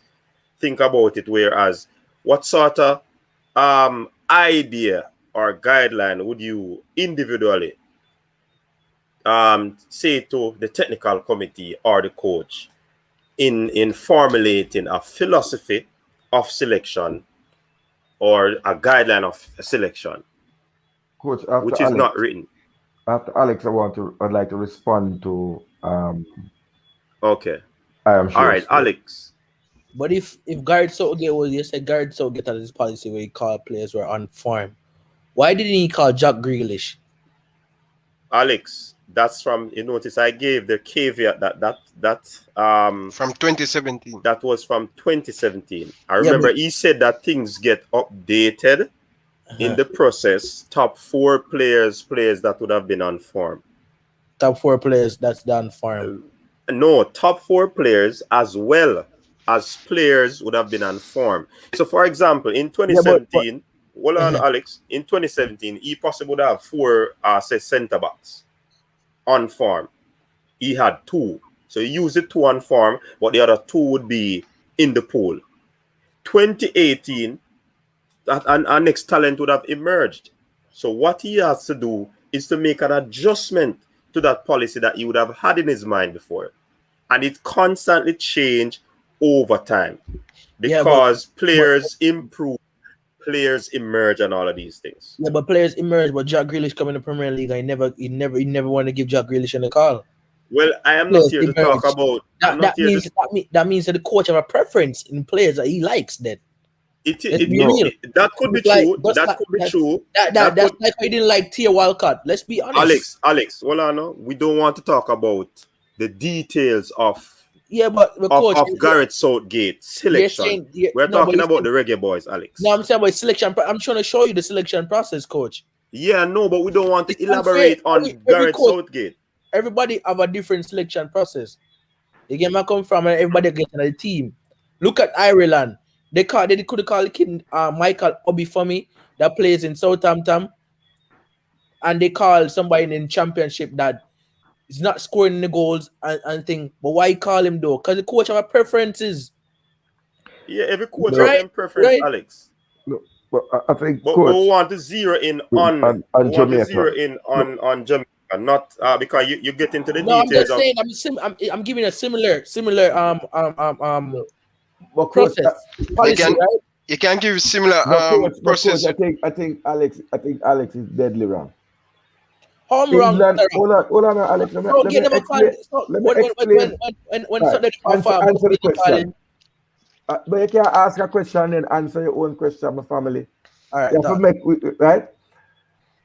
The issue of Jack Grealish came about because of Jack Grealish had some serious and Qatar. We don't want to elaborate on that too much. No, he had some off-field issues that mitigated against him. Because if you don't look at that, you're going to end up contradicting what you said, coach. The policy is we select players on form and we maintain a depth chart of at least four players at each position, and we update that chart on a prescribed basis every 6 months, he said, right? So that if there are emerging talents, that emerging talent will come into the chart and somebody will drop out. That's simple. So everybody can look to it and see if you are adhering to it. But even in that depth chart, the coach still has a preference of who he wants to pick. Absolutely. So that may come from that means so yeah, we got that point, Alex. So right. So we agree with that point, Alex. So I agree with that point. So to the point I am sure, coach, we come back again. I want to talk about selection policy. I think you misunderstood one thing about the auditor report, right? What it was saying is that unbeknownst to the public,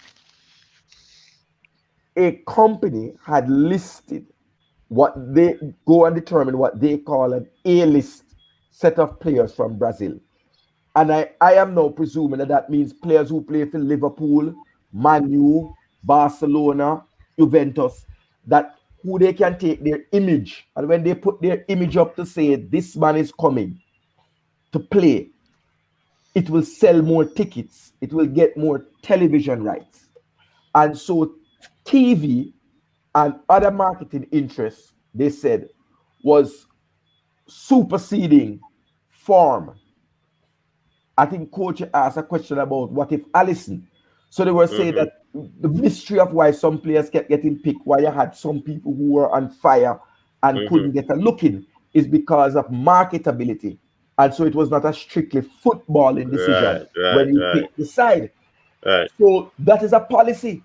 Whether you like it or not, that is the man policy. Because of the marketing strategy that they use to enhance the team. Right. And so that they're not going to say we're broke.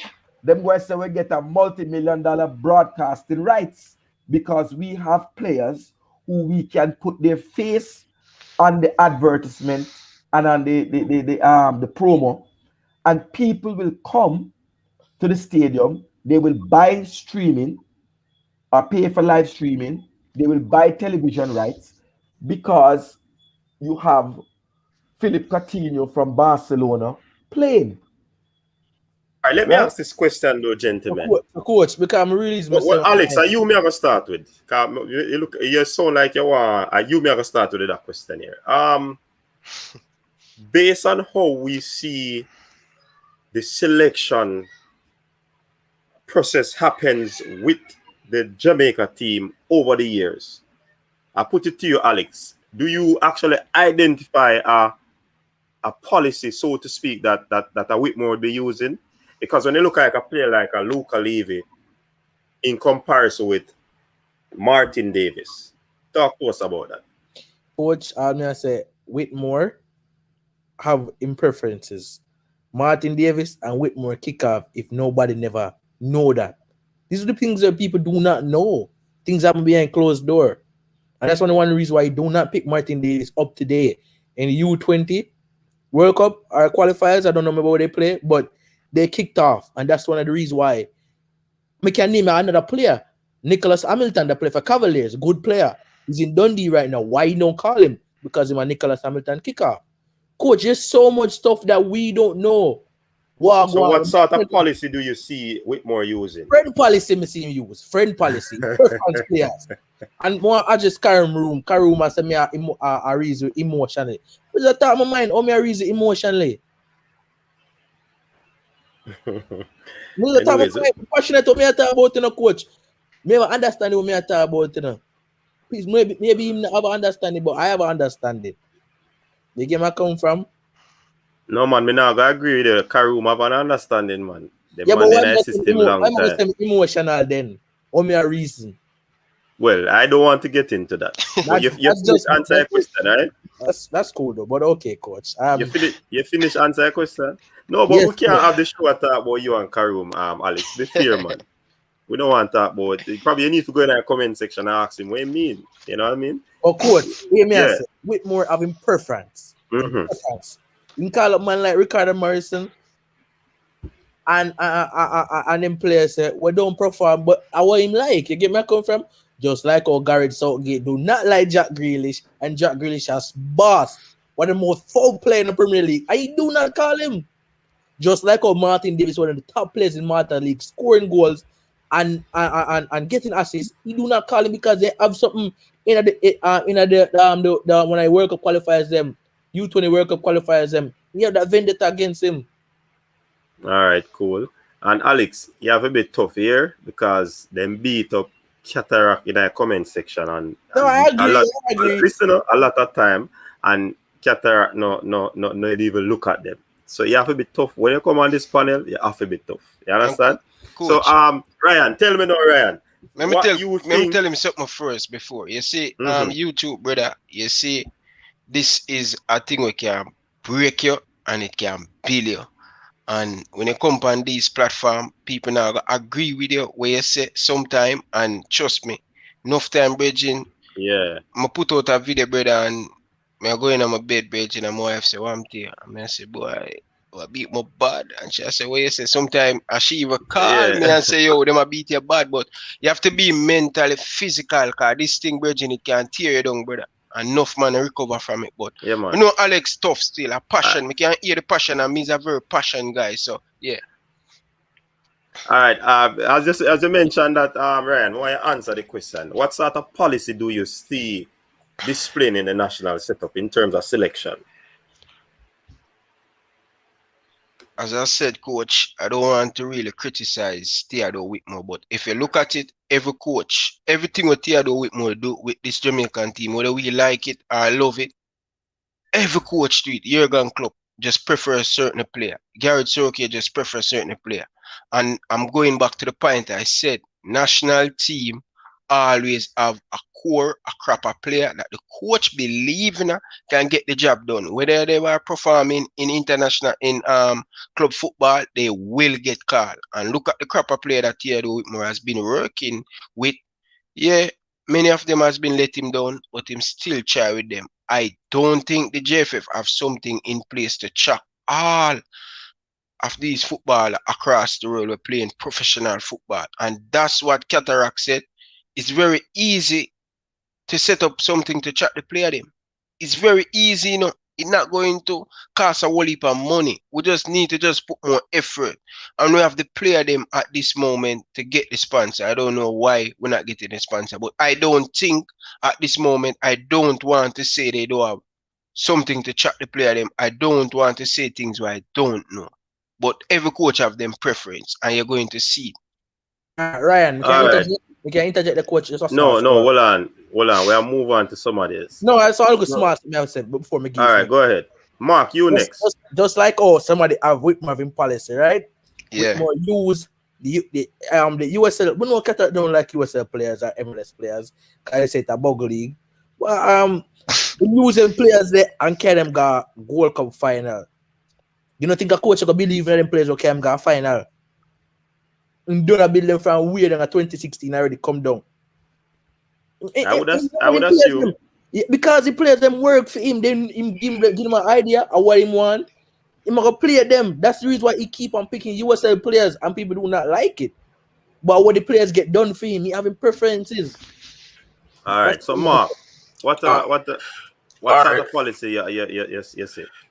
All right, so based on where you say, I'm looking at young players.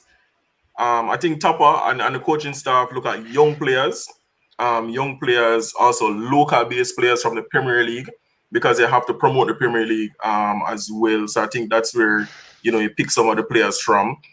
Experience and core players as well, as we know the drama, the Lowe's, the Mariapa, all those guys, and also players that are reliable. I think that whole scheme, that's where his policies come from. I don't believe in the friend thing, honestly. I don't really see the friend thing.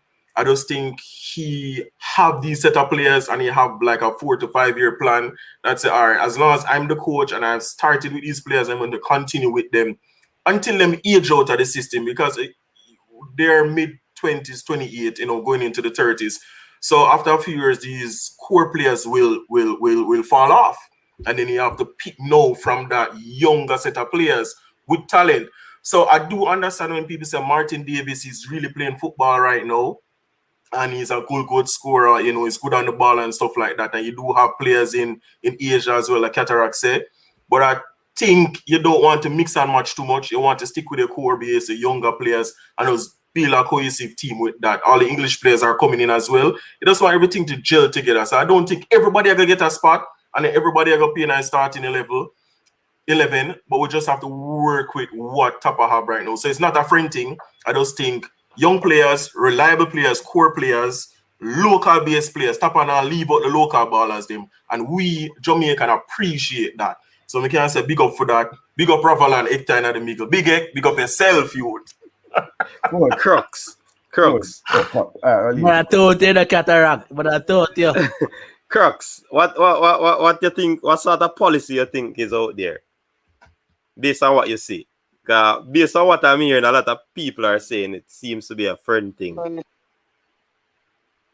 Crux, there? Yeah, definitely. Not hear me? Yeah, man, we are here though. You hear me?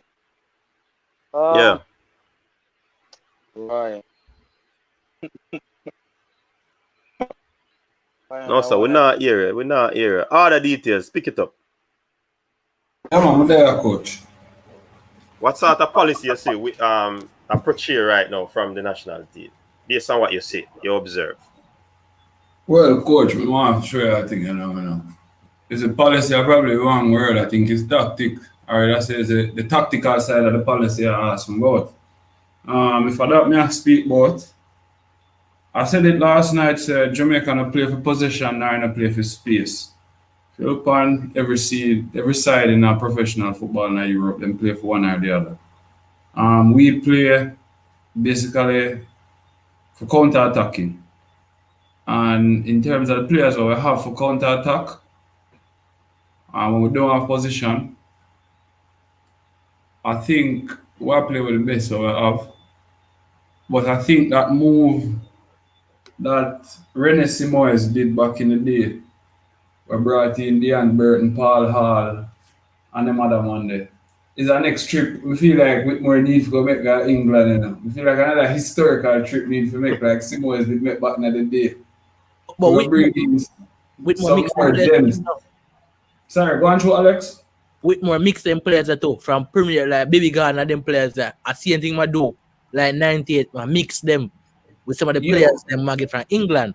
I mix them, mix the local man in local EV with the man like Jamal. When I mix the team and balance it out right out. If you look at it, Alex, is if you added Whitmore, I feel like you'd link Sterling, and say, yo, I fly come to England, you know, me and Bolt, I want to link up our life and Tony and whole gate and you get me, I say? We're going to link up some ball and try to see what go on and we can say one Instagram picture Teacher. take with all. Hold on. You see one picture take with somebody one them a cataract having them link and Theodore Whitmore them strong and have all a one beer, you know, and we think that is a slice of the pie where we expect from it.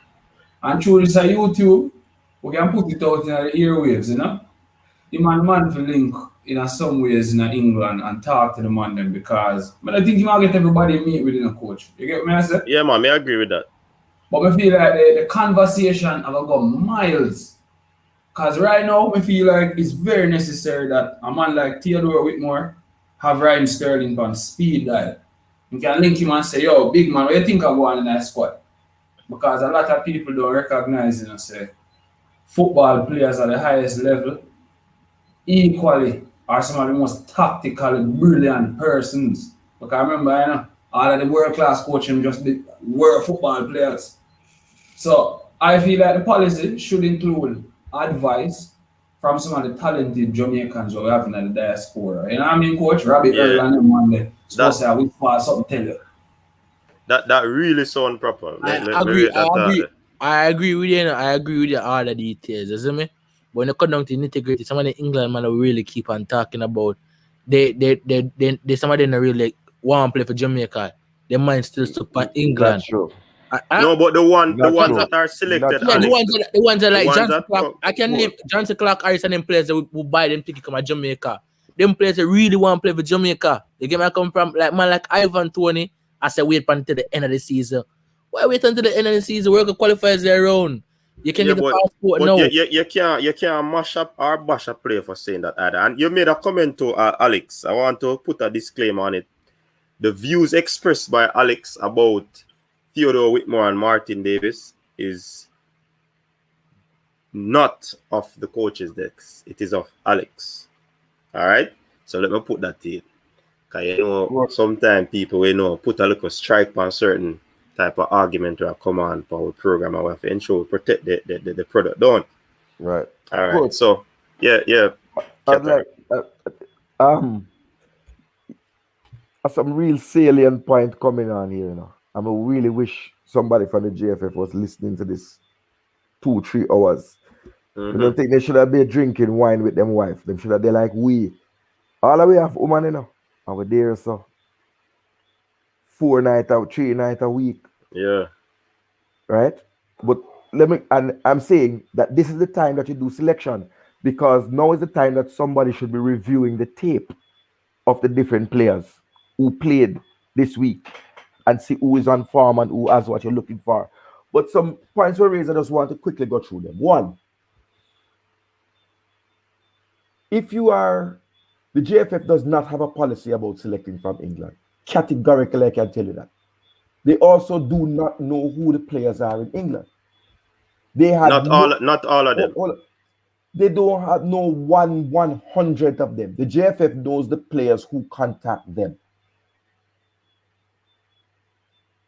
There has never been a player that the JFF has gone out and made contact with based on the fact that they need this player and know that he is able to play for Jamaica. If that was the case, when they were in real distress and needed to pull together a 23-man squad, you tell me, why would you look past Jamil Matt in League 2 to go and select Omar Holness? And Jamil Matt is a born Jamaican with a blue passport.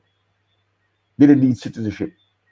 Tell me why you would look past Giovanni Brown, who represented Jamaica at under 17, has a blue passport, and is playing at Colchester as a starting forward, a starting player, and go to non-league football.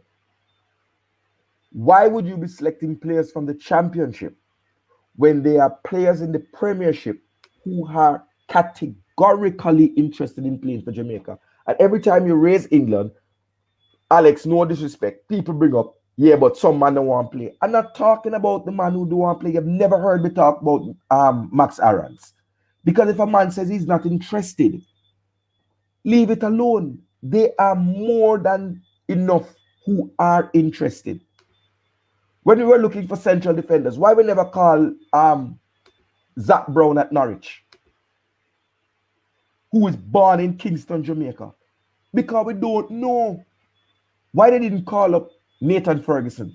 Is this program coach me let it slip out when a man did a press way and you look it up and a man challenge and we look up and we show you the article? They didn't know, and it is irresponsible not to know what your resources are, so that when something comes up and you need them, you can call upon them. When we go to England, we have what is called walk on, is who contact us to say they want to play for us.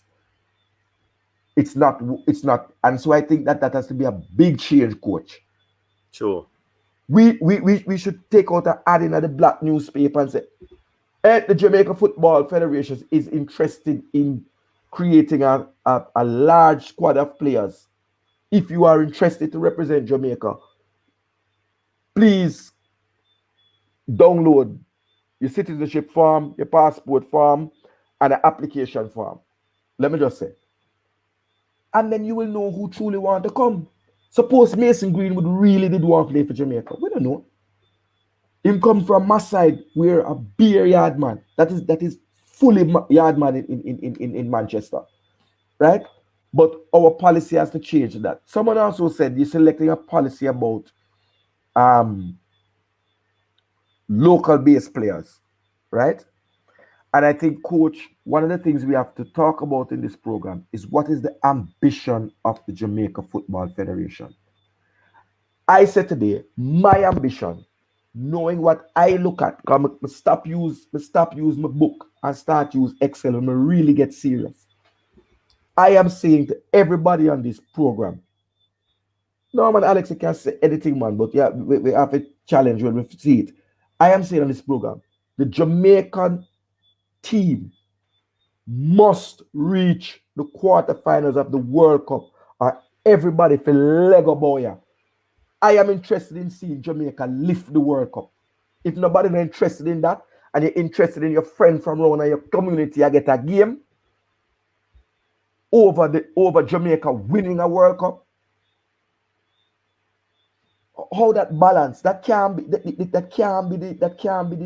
criteria. I am interested in the 23 players that can qualify out of the group stage of the World Cup, go into a knockout phase, and I pray to Jesus we meet England in the final. And Mikel Antonio, somebody get fouled in the 92nd minute, and Mikel Antonio take up the ball and put it on the spot and score a penalty. And Gareth Southgate jump off a London Bridge. Because Mikel Antonio run up to him and give him one of them things like Antonio Watson. Pow, pow, pow, pow, pow, pow. Boom, boom, boom, boom, boom, get there. Boom, boom, boom. Come on, that is my dream. Cataract, I agree with you, Cataract. I agree with us. Some of the man that want to come to play. You get where I come from? I agree with her. I 100% agree with her. But some of these players that some people call likes of Ivan Toney, they're not interested. And we have just said that it's true. Why talk about a player that's not interested? You know, I don't know about like some of the rest of them, like Mason Holgate and them. We don't know if they really want to play for Jamaica. Again, Mason Holgate turned down England. Mason Holgate turned down a call from Gareth Southgate. Yeah, but he was going to wait for Euro. No. Initially, though, Mason was interested. Mason Holgate was interested. Holgate and Ben Godfrey are what's the word they're using, coach? A test case or like a big example in how recruitment goes wrong. Mm-hmm. When Mason Holgate was at Watford and Ben Godfrey was at Norwich, I think, both of them used to put up Jamaican flag on their Instagram like, whoa, and said them want to play for Jamaica. Mason Holgate from he was 17. Wanted to play for Jamaica. We never look upon the youth. Now the youth get big and established into a man, a real big central defender in the league. We are going to say no. Remember, we reject him first. They made overtures. Both of those footballers made overtures to say we are Jamaican. see we here. So that is not fair. I don't think it's fair also on Ivan Toney, because Ivan Toney said categorically to the big man, Marcus Gale, I am not closing the door on Jamaica. I need to concentrate on getting Brentford to the Premier League, which is fair. I don't want a distraction right now. Yeah, but think that is a fair statement for players like these to make if they have something dealing with it. You know, things can be very distracting.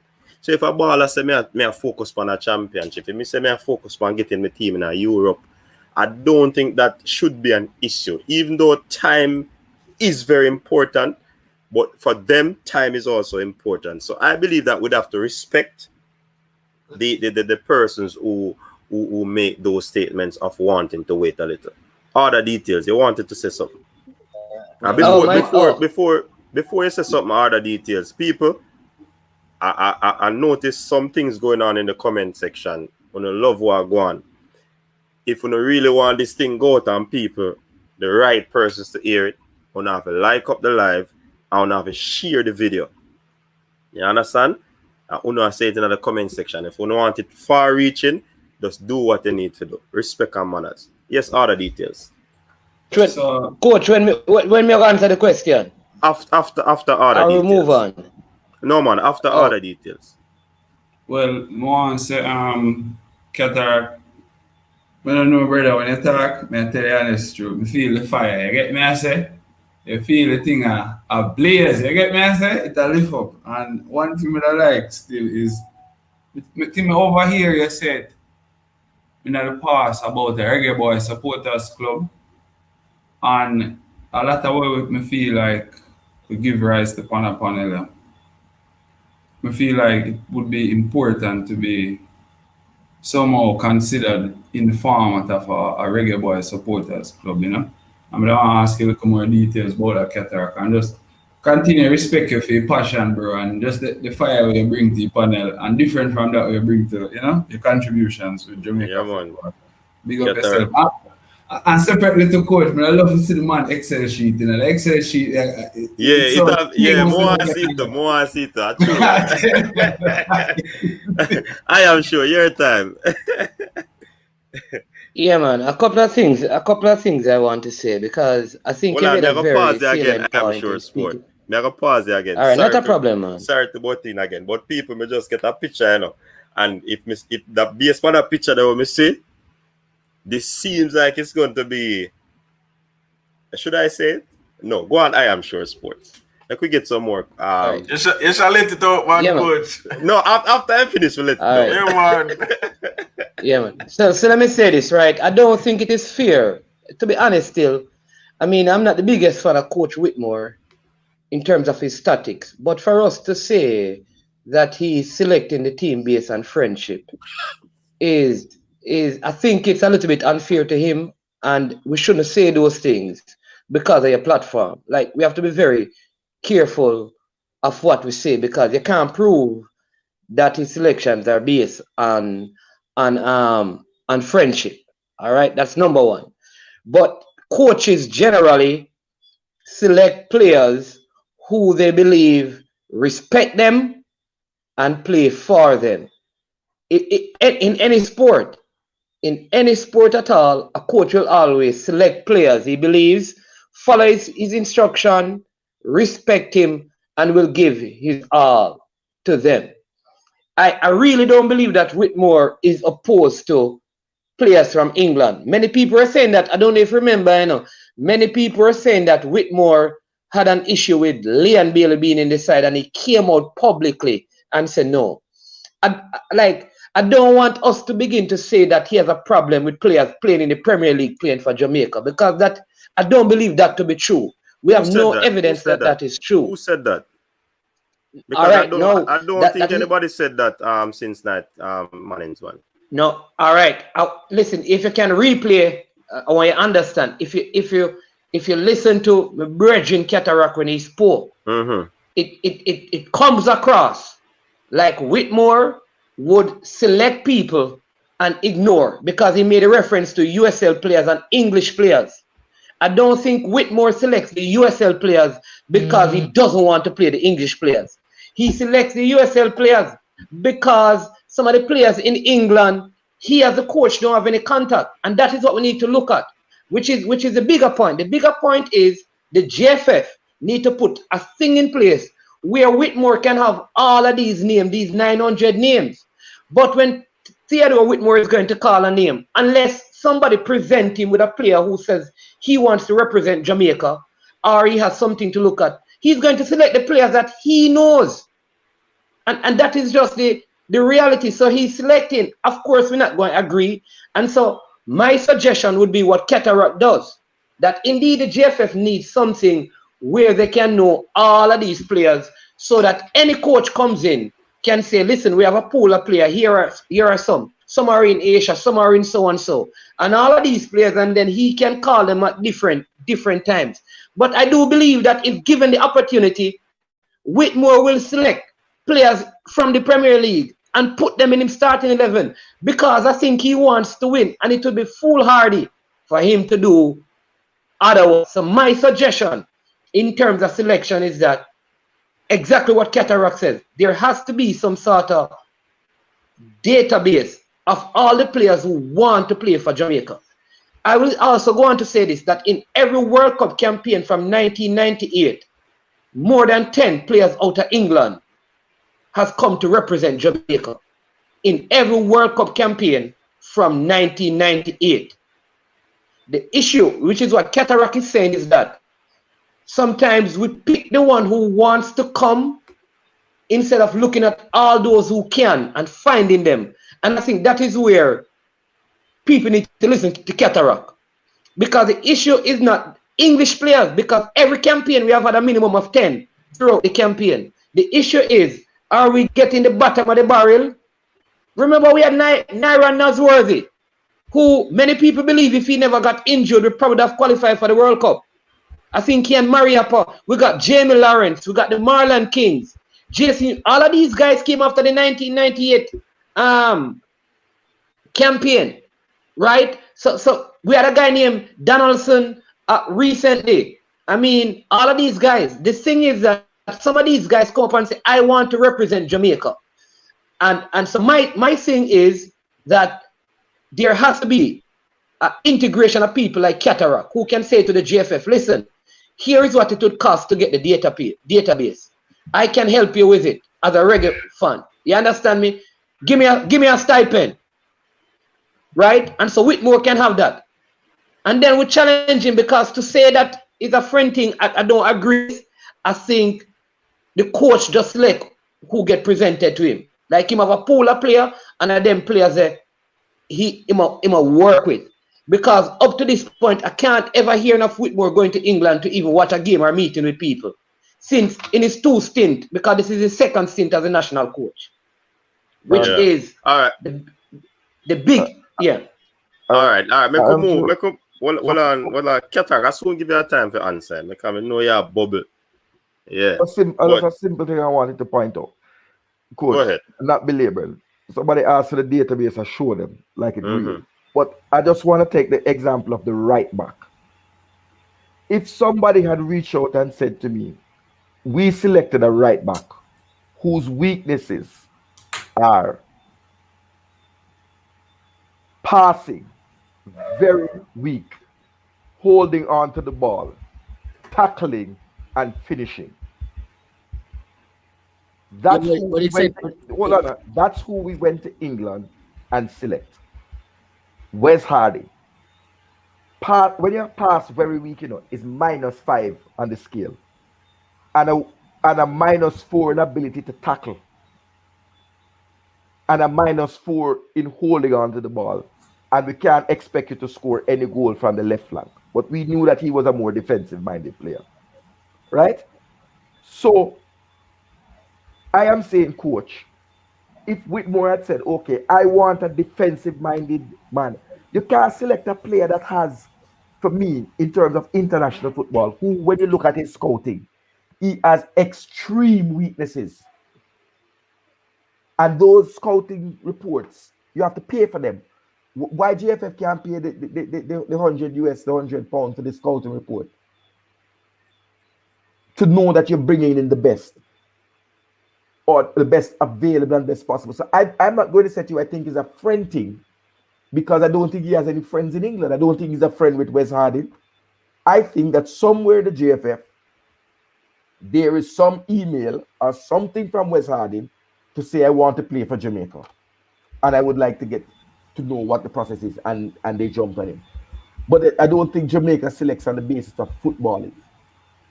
So can I say a few words? Because in a depth chart, you would have jumped over 1, 2, 3, 4, 5, 6, 7, 8 Premier League right backs. None of who have ever said they wouldn't want to play for Jamaica, and at least 2 who you have influence over. Because Wes Morgan could have long ago been asked to speak to James Justin. Boy, this is telling, you know, Catara. This come like you need to go down a JFF office, breach the curfew, and go down there, go check them tomorrow. Not right now. Cranky. No, hold on, Cranky before you. After Cranky, let me just say this quickly. No, don't cut the line. Oh, so geez. Cranky. No, man. I am sure. No, Cranky. Make Formula, sure, I am sure. All right, Cranky a game space. Cranky a game space. Right, no, man, it's just a couple of seconds. What I'm saying is that I never knew Cataract until a couple of weeks ago on this platform. I never knew about some of the ballers until watching 7. So my question is, how long has all of this information been out there, and how long the JFF and Whitmore know about Cataract and his database and all of that? How long have they had all of this information, hearing all of these things from YouTube, and they have not been acting on it? The point I'm making is that this is a good movement because people are listening. What I'm saying is that a lot of this information started with this COVID, you know. Thank God for COVID, you know. A COVID makes some away upon them thing and watch them thing and make a Cataract can play sound all over the world and create database and them thing there, you know. That caused the movement, you know. So we have to give thanks to COVID and say, listen, COVID has set some things in place, brother. Only not realize. Because we have them information here. Yeah. All right, you're 2 seconds now. Give me my Take my space. So Formula Sports are gonna follow after. Formula Sports after. So not many countries have the luxury of having another country develop players on their behalf, can source those players, and have the players represent them. This concept of, you know what? This player want to play for me, so he can play for me. Why is that the structure? We don't have a structure. We don't have a framework. Hold on, Bertram. You see if Cataract could have pulled up that something that a while ago, would have pulled it up, you know? Because a big talk that they make, you know. Continue. Yeah, I mean, think about this, guys. So you have a system where a country develops all these players. You can go source players from. And what's his name is right. Formula Sports is right when he says, I don't understand when players are telling me they want to play for me. I should be the one approaching those players. I'm the one who wants to play for. If I want to go play for Jamaica, I can just go say I want to play for Jamaica and they try me out and I play. Is that how the process works? Versus saying, you know what? You have all these quality players who are playing in the best league in the world. A ton of them. I have a strategy about how I try to access those players, source those players, convene those players, and try to have those players be part of my program. That means you need to have a comprehensive strategy that allows you to do not a one-time event, but a continuous event, because as someone mentioned before, we're always sourcing British players for the last 20 plus years to come play for us. But we're not getting the best available players to come play for us because we don't have a strategy about how we try to garner, source, and bring those players into the program. This is not a Whitmore situation, right? England, Southgate don't have to worry about, he go out and see all the players who play, that's born in the UK. Now he's competing with other countries. He's competing with Nigeria. He's competing with the US to make sure locally born players want to play for England. We have the luxury of having probably 500,000, 700,000 Jamaicans in there in the UK who have kids who are very good at the sport and can come play for us. And yet we don't have a process to get the best players. Cataract is talking about quarterfinals and some wishful event of us beating England, not with the current crop that we have, but there are players in the UK, in the Premier League, who have the ability to compete with most teams in the world if we have a strategy, a process, and some kind of identity to go source them to come play for us. And for goodness sake, I have no idea why private citizens have taken upon themselves to do something which the organization should have done years ago. It's ridiculous. And this whole concept, like we just need resources. You can't be in a box because you are poor and say, you know what, I'm gonna stay poor 24/7. And you haven't tried to figure out a way to get from being in your situation and advance your situation and improve your situation. That makes no sense. So I am very disappointed from what I'm hearing about how the JFF operates. And somehow, someway, I hope in the future and the process improve, and we get to a much more focused approach to get the players we want to represent the country. So I'm done with my soliloquy. Formula. Boy, you know, everything always leads back to the JFF. Right? Everything it's no joke. Everything always lead back to JFF incompetence. Right? So the selection policy, I mean, I'm not saying this is the selection policy, right? But I agree with Ketarak on this one. It seems to be that the JFF has no selection policy where UK born players are concerned. Is more the UK born players selecting the JFF. That's how it seems to be. That's what it seems to be to you know, the objective person, the person, people who are watching, right? It's just incompetence. One of the things that I really want to talk about is that when are we going to learn from our mistakes, right? Because we have heard so many stories from so many credible individuals about English-born players who are young, right? Who in their younger days have expressed interest in playing for the national team, right?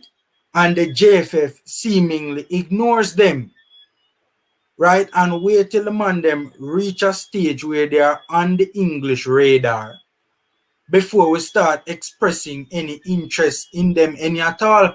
And that does not make any sense to me. Why are we not capping or trying to cap the English-born players when they are young and more interested in playing for Jamaica?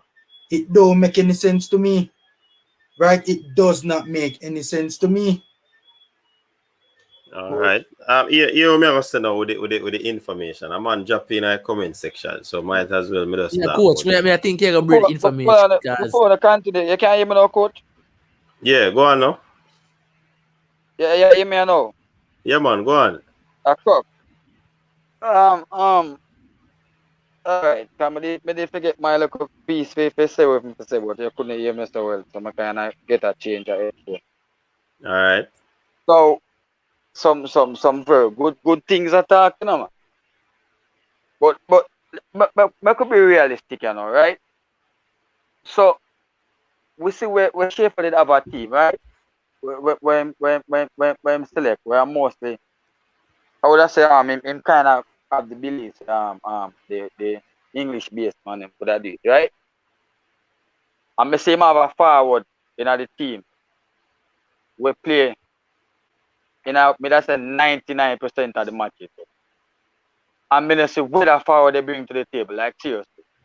Up to now, I say what shape as the other forward they will bring him come and make him play so much game and have toughy and this and fight after we at the time and we leading goals at the time from bench. The forward name Clayton Donalds. I say when we come, him not bring nothing at all come to the table. Right? And I think the one match where them bust Tuffy, and I think it was a Costa Rica match. In score. Equalize. Tuffy scoring night. And Tuffy was the leading goal scorer for we, right? To Jamaica at the time. Right? But yet still couldn't get a look in for show him when could I really do and Clayton Donalds to prove over say yo, him not ready. But yet still shape and still use him in all of the matchup. We must go and score. When really offer it. So when Tapa take over, right? Tapa decide say, all right, he might go change the thing away. We might go use mostly locally bred them basically, right? And the same place where Schaefer bring we go with the English based man that we call, right? It's the same place Tapper where they bring we go to, right? The final. So looking at that, you know, I look upon it and I say maybe Tapper I said to himself, say, well then if me can use them money and bring we go the final, then obviously I will need for they just work with them money and work with a course that a man and then try get over luck. Right? But we could even go further. Now, when you look on it, nobody really talk about this, and I think this is very, very important, right? When we look on the negotiation, we see it coming, you know. And if it take a Damian Lowe and a Andre Blake and couple more man really sister boy, different from the funds thing, take the money out tight, right? Just take the money out tight. And look seriously pan the type of treatment where the team players them really get where they talk about the physio and all of them things. You really think that none of them top man they are now, really are now. Right? When them really come if JFF really reach out to them and them and they really sit down with JFF and talk to them, they now have a contract with the player, them have some backdoor thing where them chat for a man like the little league thing down and tell a man say wait. That now go work with them man we are playing a top flight thing where you understand how the system set up with the physiotherapists and them some of that joke thing. So if we really look on things on a bigger level, I think them money that really come accept them something. Seriously speaking. Maybe the local man them accept it because you know a man just want to play in country and just want to put on the shirt. But then the man them get exposed, you know. And I realized about this a joke thing, man. We're supposed to get better treatment even for the money. We're supposed to can feel comfortable certain way we can go, you know. We can feel how much and know we're good. They got that. So, yeah. You finished, Crooks? No, but if that saying want to say something, I don't know if I pertain to the same thing when I say with the contract thing. So me that say no, finish, man. Wait for you. You might wait till I finish, man. Remember, you never get enough time to talk, you know. Yeah, so me I say really and truly, me based on the thing when me I say, you know, me feel say Tapper have the access to certain locations. Many things. Many think Tapper really have the access. And just I work with the same core money him use and whatever him get, him just a try fill in the missing part of him thing it missing. And I go forward. But me really think JFF really I reach out to them money. To the top man them really I reach out to the top man. Understand? Because I think for them level the level of treatment to them that give the man them before them I think that was one of the biggest reasons why them did afraid to reach out to the man. Because them know so for them look at DBDB treatment, national treatment, even for the money. Them man they not gonna work with that. Cause when you have a call, when a top man like for example, if Calvin Phillips did say boy I want to sit down with them, I really reason them.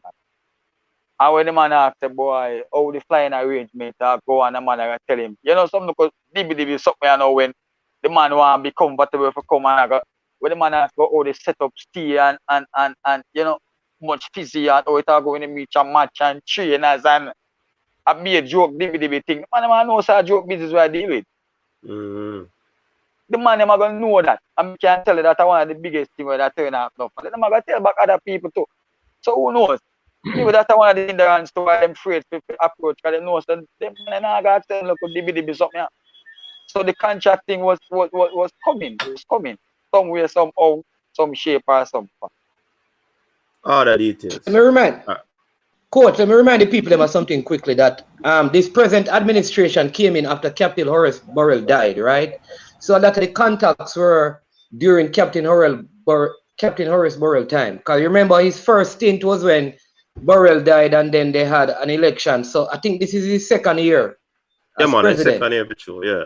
Second year and 1 year was COVID. So it's real. This is his first full year with football. We need to remember that. And remember they had to get rid of Schaefer and rehire Theodore Whitmore. Yeah. Because of the whole money thing, right? And they never had any money, and Whitmore was the only person at the point and things. So some of the times you have to just reminding people to put that into the whole picture, because this is really their first full year as an administration due to the pandemic, because they just took on the last months of Captain Burrell, had the election, they get rid of Schaefer, and they put Whitmore in charge. Just start to drop that in. Order. So Bertram, I can go through. Me yield. Now, just to follow up on that point, actually, which is the video didn't show them in good light. So if this is their first time in the administration, run the administration, and that video, I know it was supposed to be not something publicized, but if that's how they negotiate, that's reflective of how they operate, it's not a good look. Yeah, and first impression last. Yep. So that is what has been stuck with the people where this administration is concerned. So I agree with that. Order, you want to jump in now? After Order, then we have Ketara. Yeah, in terms of one thing, I believe in the idea of a supporters club in any form of organized sports. Reason Mr. Adamant about it is because that's potential with the whole 49-51. But more so, I think all of we have a voice, and Cranky allude to the fact that we're private citizens. But I also believe that anything that is successful requires funds. You know, football built on funds. But I think the most successful forms of football, I recently learned that Real Madrid is actually fan-owned. Never even know that. Very recently I learned that. And I realized that from that, fans who come together in any form of support a club and make us say, it don't have to just be a placard put up, you know, we can have an article written and we all look at it and say, oh, this makes sense. But at the end of the day, I just want to say that fan support is powerful, but on top of that too, I want to say to the panelists and the viewers that the most famous person that ever played football associated with Jamaica, surprisingly, is not a footballer, it's Bob Marley. It named Reggae Boyz, and out of the blue, it named Reggae Boyz, and it named Reggae Boyz because a number of pictures and number of facts exist to know say Bob Marley was a die-hard believer in a football in Jamaica. So when you look on the comparison to recent culture, I don't think you can find a musician who support Jamaica music who wouldn't also support Jamaica football. So there are some commercial avenues that are untapped. I put on a business analyst hat right now and speak along that lines. And in terms of one, the supporters coming together and having a better stance, united. But let's start on coaches' desk or start somewhere else. We don't have to give up on the great ideas that we have. One. And two, in terms of commercial potential, I will tell people this. People didn't believe the man in Canada would have win one NBA final until Drake started put on Toronto. And people realize the potential of culture and how culture affects people's decision in branding. So I would say to you that Jamaica has an infectious culture. Everybody in England music right now at chat pato. So if you look at the Reggae Boyz building a strong commercial brand, we have acres of diamonds that are untapped in a commercial revenue. Considering we have relationships as Jamaicans that are mind-blowing. You know, Jamaican music and people that could be promoting a supporter jersey for Reggae Boyz. Remember, you know, could have what about have a potential to sell thousands and make millions? But we need to be creative in terms of commercial approach and not just be hindered by our history. Thank you, Coach, for that 2 seconds. Yeah, man. Ketara. I was going to say something before on the Clayton Donaldson, but I'm going to respond to my good friend Order Details. You brilliant ideas coming. Now, you tell me if Cartel make a song with name Ivan Tony and it bust. Alongside what a youth named Stylo G. All right. Tango. Me shot like Ivan Tony. You don't feel like selling vibe with a cup. These are the things that are thinking outside of the box. If the man a wave and you say Cartel, run up a song there for me. Put on Stylogy and it depend the you play some of the radio station in England to play it. Facts. I bet you the man come tomorrow. Because he would have feel so proud himself. Because I remember say, Sir Mick Jagger now gonna make a song about him for England, you know. Because some of these things is ego. You have a youth like Stylogy, for example. Remember when you're driving Ferrari and them thing and going to some expensive club, it's footballers and entertainers hang out. You could have get them man as an ambassador, etc. So I like that point. But I wanted to come back to the Clayton Donaldson discussion and bring it about recruitment. You know, Clayton Donaldson is still playing football today at 36 or how much ever age.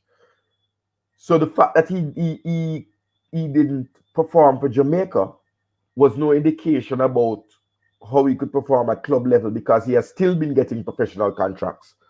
While Tuffy and this Jeremy Tuffy still a live steal at Tankwell. Because no one thought that they should deal with the youth. Good, you can't be the top goal scorer and you lift some big steal and when me I go to pick up cement for my house, a Tuffy I give me the cement. I am the top goal scorer. So we have to do right by the footballers. But Clayton Donaldson, if anybody had taken the time to assess him and the goals he was scoring, requires two wide wingers to supply him the crosses into the box. That was Clayton Donaldson's game. So when we are dribble the ball through the middle with Jeremy and with Teddy and with Omar Daly and Woolery Wolf with him left foot, I think the left back Crime, the left back from Harborview was the left back at the time. We hadn't migrated to Demar Phillips as yet. Crime was still a left back. You couldn't supply him with the crosses that he needed to eat. So you brought the wrong type of forward. So the man embarrassed himself, and we not qualify. And we say him is a rocks, but 7-8 years later, he's still, while whole heap of man come out of the league, he can still command a $250,000 transfer and the man they're on a loan on a free transfer. So you have to go looking for the players that you need. England right back. Nobody was there to pass the ball. We used to play through the middle. Clayton Donaldson used to play for Birmingham. They always had wide players to Clayton Donaldson live and eat off of crosses. If you don't have a winger to cross the ball to him, he will flop like he did. Because he don't have no gentle touch and turn and shoot. Right? England's England's depth chart in right back are all Jamaican and could have played for Jamaica. We made terrible mistakes. Katara, let me stop with it. Because he's a football man, you know. Mm-hmm. Even though I coach other sports. See? But you see them riveting information on your ear where you produce, Katara. It have me, I think, say, some link up needs to happen. And me not understand about a one link up with the hierarchy of the JFF. But an ongoing thing where these bit of information will be shared. It possibly would be a workshop or a clinic. Because you have experience over there in the UK, you know, the whole happenings and to and fro and how things sort out. So you would have had grown examples of what transpired there. You'd have had examples of football scouting and all of that. So, and this is not only for scouting of the overseas players, you know, because information given also could assist in the whole scouting of the players that play in the Premier League so that we can actually get the best players out rather than get the ones that we think. So you know what I mean, Qatar? Something have to go on, man. Them are information where you share with the mass. People are open to like up the live, you know, people. So like this can live, reach man, far. Subscribe, man. Like up the live, people. New it. people subscribe, share. Because this thing needs to get out. Right because thing. all of we have the same mindset of wanting the Reggae Boyz to qualify for World Cup. Because it will bring with joy. Coach. Let me ask a question. Coach, no, hold on. Let me ask some of the Qatar, no man. I was finishing something and coach. No, but me soon get your time. Me soon get your time back, Qatar. Devon, what you say? You know, soon give back your time, Qatar. You notice, no man, just remember what you say. You notice how quiet I am? Mm-hmm. I'm listening to everything. And I had made a request to have a sit down with the JFF to talk about these things and set up an advisory committee. Mm-hmm. And to today's date,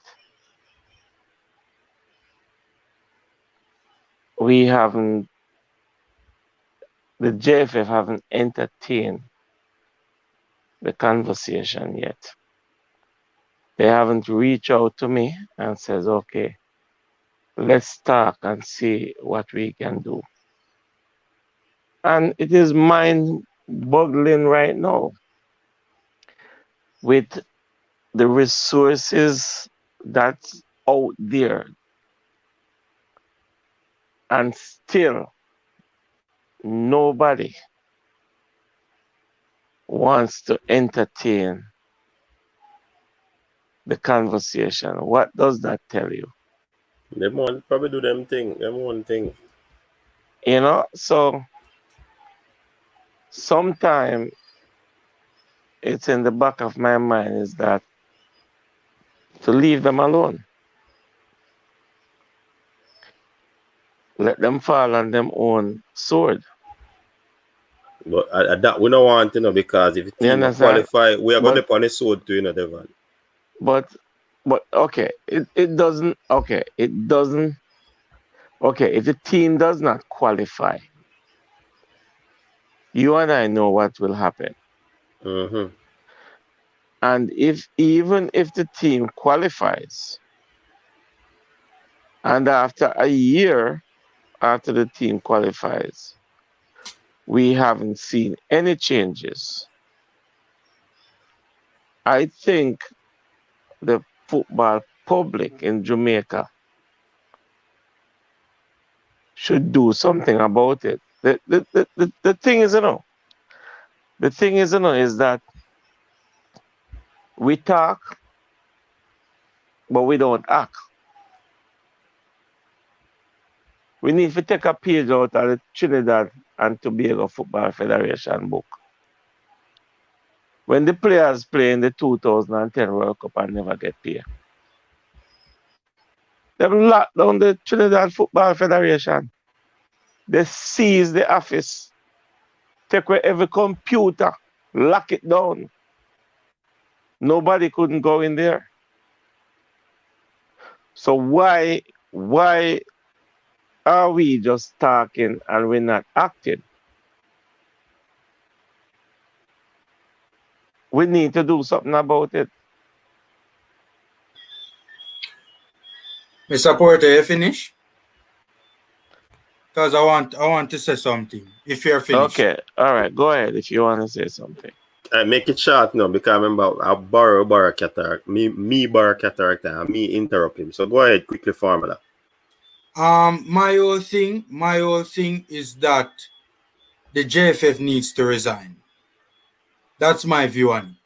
I think the JFF needs to resign because I personally bring the program into disrepute, brother. But I'm gonna say something to you. So why me can't entitled to my opinion and that respects boss and that matter. It's not about bringing the program into Huh? Inflammatory. That is the perfect But word. listen. Why you say that? Why you say that? Because I think they need to resign. Why you say that's inflammatory? Panelist, may I have the opportunity to explain that to him? At this point. I want Please to add explain something that as to well me. to that. No. At this point, Please in time, explain that to me. How is that So, inflammatory? Because a whole heap of YouTubers go on YouTube, you know, and say exactly what I'm saying, you know. Hold on, family, saying it, you know, but somebody had explained it earlier. The reason, I am sport had explained it earlier.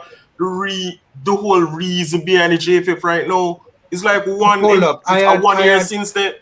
Hold on, internet family. had chipped out, you know. My internet had chipped out, so I wasn't privy to that conversation. But he stated that with COVID-19 being in effect for a year and plus, with the JFF taking over after Horaceburl died, unofficially having the helm of the presidency, having the helm right now for 2 years. So with Corona, they officially only been managing along with the deck that they have 1 year now. So you have to cut them some slack. So that's what I am sure was saying. No, hold on. I disagree with that. No, man, you can't say them resign and give them a chance. Essentially, hold up. Formula, essentially what they're saying, hold on, Formula, essentially what they're saying, based on the fact that they wouldn't have run the show for a long period of time, this campaign now would be an ideal time to grade them, so to speak. Because if they don't do the necessary, and even in qualifying, if we do qualify, we still can grade them, whether they get a low grade or a high grade. You know what I mean? So, Coach, I believe that is basically what I disagree. Can I say something? Mr. Porter? Can I say something, Mr. Porter? Okay. First of all, Captain Horace Burrell died in 2017. Unfortunately, he passed in 2017, right? Second of all, a number of the individuals who are currently in this administration were a part of Captain Burrell's administration. That is another thing we keep on forgetting. Literally, all of them is the same administration, basically, almost, you know.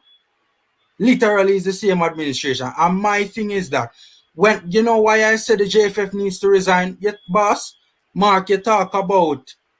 You just said something a while ago. We need to give them time, right? The incompetence is so serious. Look at the Damian Lowe leak tape. Why you think Damian Lowe leaked that tape? Because Damian Lowe wanted was he to the one who expose leaked the tape? That's true. That's true. He was the one that leaked the tape, right? Yeah, we need to. Yeah, that's true. My bad. Whoever leaked that tape, I'll stand corrected. Whoever leaked that tape wanted to expose the JFF. Why did they want to expose the JFF? Why? Because them know things not running right. How many chances are we going to give this federation? Look at when Rolanda Aarons, right? Look at when Rolanda Aarons sit down and talk about why he was hesitant to choose to come and play for Jamaica. My boss prefer to go play for the England U team. We giving them time has nothing to do with what took place in that league tape. That is just sheer incompetence what took place in that league tape, and shows if you cannot conduct player negotiations, right, in a manner, in a professional manner, what else can you do in a professional manner? And the professionalism and the image of the lack of professionalism is hurting a lot of players. You hear the players talk it, they don't want to come and play for Jamaica because of the horror stories of unprofessionalism. All right, can I respond to that? And they are incapable of raising their standards. They are incapable of doing better. I personally think so. That's why I said they need to go. All right, Pamela, with everything. Let me respond to that one. Hold on, let me respond to it quickly. I need back my time. Hold on, yeah, get the time. Let me just rebut that. With everything, I do agree with you, Formula Sports. Yes, we know the incompetence is there, and we have seen how they negotiate, and we have seen how they speak to the players, and we have seen how they're. Let me not get flustered. Formula Sports, if you should say scrap the JFF right now, wouldn't that destabilize everything that we're trying to achieve realistically right now, what you're calling for and other people calling for right now, would not destabilize the entire football program? What you think is going to what you think is going to happen? You think is all right, get a new JFF come in, keep. Don't you think a whole different president is going to come with their own philosophy? And come on, man, give them a chance. With them, yes, they're bad at what they do. Yes, we see that. We see the incompetence. We see how them talk and how they treat the players like them a boy and all of that. But I'm saying, give them a chance. Let them do what they need to do. Let we judge them based on what they do, and keep it going. I don't think this whole scrap and scrap the JFF and get rid of Tapper and not right now. We can't take it right now. I'm not saying get rid of Tapper. I'm not saying. Hold on, listen. No, I know you don't say get rid of Tapper. I'm talking about the people that are saying. Let Devon answer. Let Devon answer. My thing. Could I get a chance to rebut to answer? Well, let Devon speak first. All right. Let Devon speak. Formula. Yeah, man, I hear your boss. What his name is saying, he is right. We are in a World Cup cycle right now. We cannot afford to have an election right now. It will send the program in disrepute. It will derail the whole thing that we're trying to do during COVID right now. And you cannot blame the JFF, You cannot blame the JFF. You understand? Because you have to blame the public, the parish associations. They are one that you have to blame, because after Captain died and Mr. Gaynor was interim president for time before election, there was a certain gentleman, I don't want to call his name, a good friend of mine, his heart was in to run for presidency. And in order for you to run for presidency, there is 13 parish association. You have to get 7 votes to run for presidency. He got 6. And the 7th one was with him until something happened. And they swindled that vote away. The no administration, the head of the administration, says this man I'm talking about, have a complete manifesto. He kept the meeting, get all the private sector, all the necessary people who is going to fund the program. And I'm talking about the big wigs in Jamaica. And this administration says, we are going in and we don't have a manifesto. How can you stoop to that? If I don't have a manifesto, okay, why should you vote? We are going blind. I am going in blind. And if you're going in blind, what do you expect is going to happen down the road? Coach. And it's a fair point, It's a fair point. You're speaking, Mr. Porter. Coach, yeah, man. We're going on to administration, which is far from the topic today. No, man, I disagree. Hold on, farmer, my brother. I'm saying that with 3 months to go to the start of the World Cup qualifiers and less than 8 weeks to the start of the Gold Cup, I would be in no support of any change of administration. I never said to scrap the JFF knowing of Chatara. No, man, hold on, man. Listen, notice I'm mute my mic when I'm not talking, even though I want to say some things, but respect the speaker them to hear. I'm saying that I'm not in any support of any resignation of the JFF administration hierarchy at this time. Because there will come a time when, if the results are not going as they should, then we can action will have to be taken. And at that point, Arsenal, Man U, those fans show us the way. The JFF building is so big that we can't go sit down in front of it and I hit that. Because I will not stand aside and not another World Cup qualifier go and Jamaica is not in there. I don't have another team. I don't have a Brazil. I don't have a Germany. I don't support Spain. I don't support England where I used to live. I don't. I support Jamaica. I can't even remember where I was in terms of what I wanted to say, because I was dragged off so far off course. I think I was talking about Clayton Donaldson and saying that you have to recruit the player that you need, not the player who wants to come.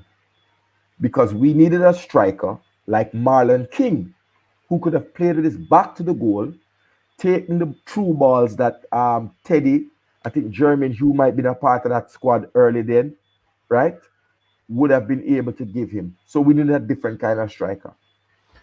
I said in the time that the depth chart in England, Reece James is Jamaican and had an interest in playing for Jamaica. Kyle Walker is of Jamaican background. And Trent Alexander-Arnold is a first-generation Jamaican.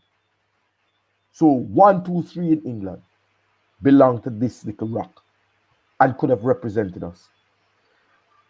You couldn't get all 3 because you can't get 99 players playing. You have to select. That's why it's called selection.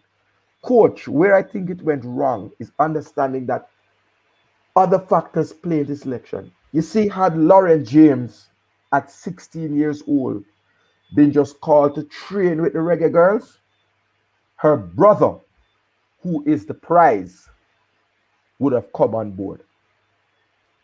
A lot of players in England, remember, it's still a black community. That you're talking about people's cousin, people who went to school with each other. How you deal with somebody. Giles Barnes has a brother who is a decent enough striker, a player in League One or the Championship. When we reached out to him, he said no, not because they took 3 years to pay his brother. His parents are winning money from the Gold Cup. So he has no interest. How can we wrong him? But the person said about the database and building it. Some of these things are out of love. It's not money. It takes time to do this research. Yeah, I have to subscribe to the Daily Mail, to the Telegraph, to some of them are free like the Sun, because you have to read what the newspapers are saying. No, I'm gonna say something to you. Make that statement again. I'm saying that these research and these outreach take significant time and it's love. You can't just pick up and say, bring me a player, come here. When you see me pull up my chart and order my players, right? I read at least 10 articles on the player to see what the people who have the eyes for the football coach, the eye test, they say this youngster is exciting. No, I don't want to be president. This youngster, I just want to be a fan. This youngster is exciting. And you know why I don't want to be president? Because when we go to Qatar, Pastor can't come with me. Coach means I don't know if you're married. Bertrand can't come, Devon can't come. But Formula, Mark, we are going to do road. Some of them Arab. Assalamu alaikum. They practice. You understand? That's my love for football. You need to change your life in a boy. Go around and meet. When we go to Argentina, we go to a ranchero and I eat the best steak in my life. We don't pay a bill yet. I just regular fans. We don't speak. There's a love in the football fraternities in the world, but I would love all of my brethren on the planet to experience what happens when you go to a World Cup and the way people respect Jamaica and love Jamaicans. But I come back and say, persons don't want to take the time. I watch, because I kept criticizing USL football and I felt really bad. So I decided to watch in the 11 versus KC, Kansas City, second team in the USL yesterday. I am asking you, did Dalton Wint watch that game? Did Tapper Wichmore watch that game? Did the president watch that game? We don't know. I don't know. But I suspect not. That's an allegation still. I suspect. Yeah, not. which is an allegation. I also suspect that there's no one sitting down because each game is 90 minutes. That means in a 24-hour day, there's only so many games you can watch. So you have to select the games that you watch for a particular purpose.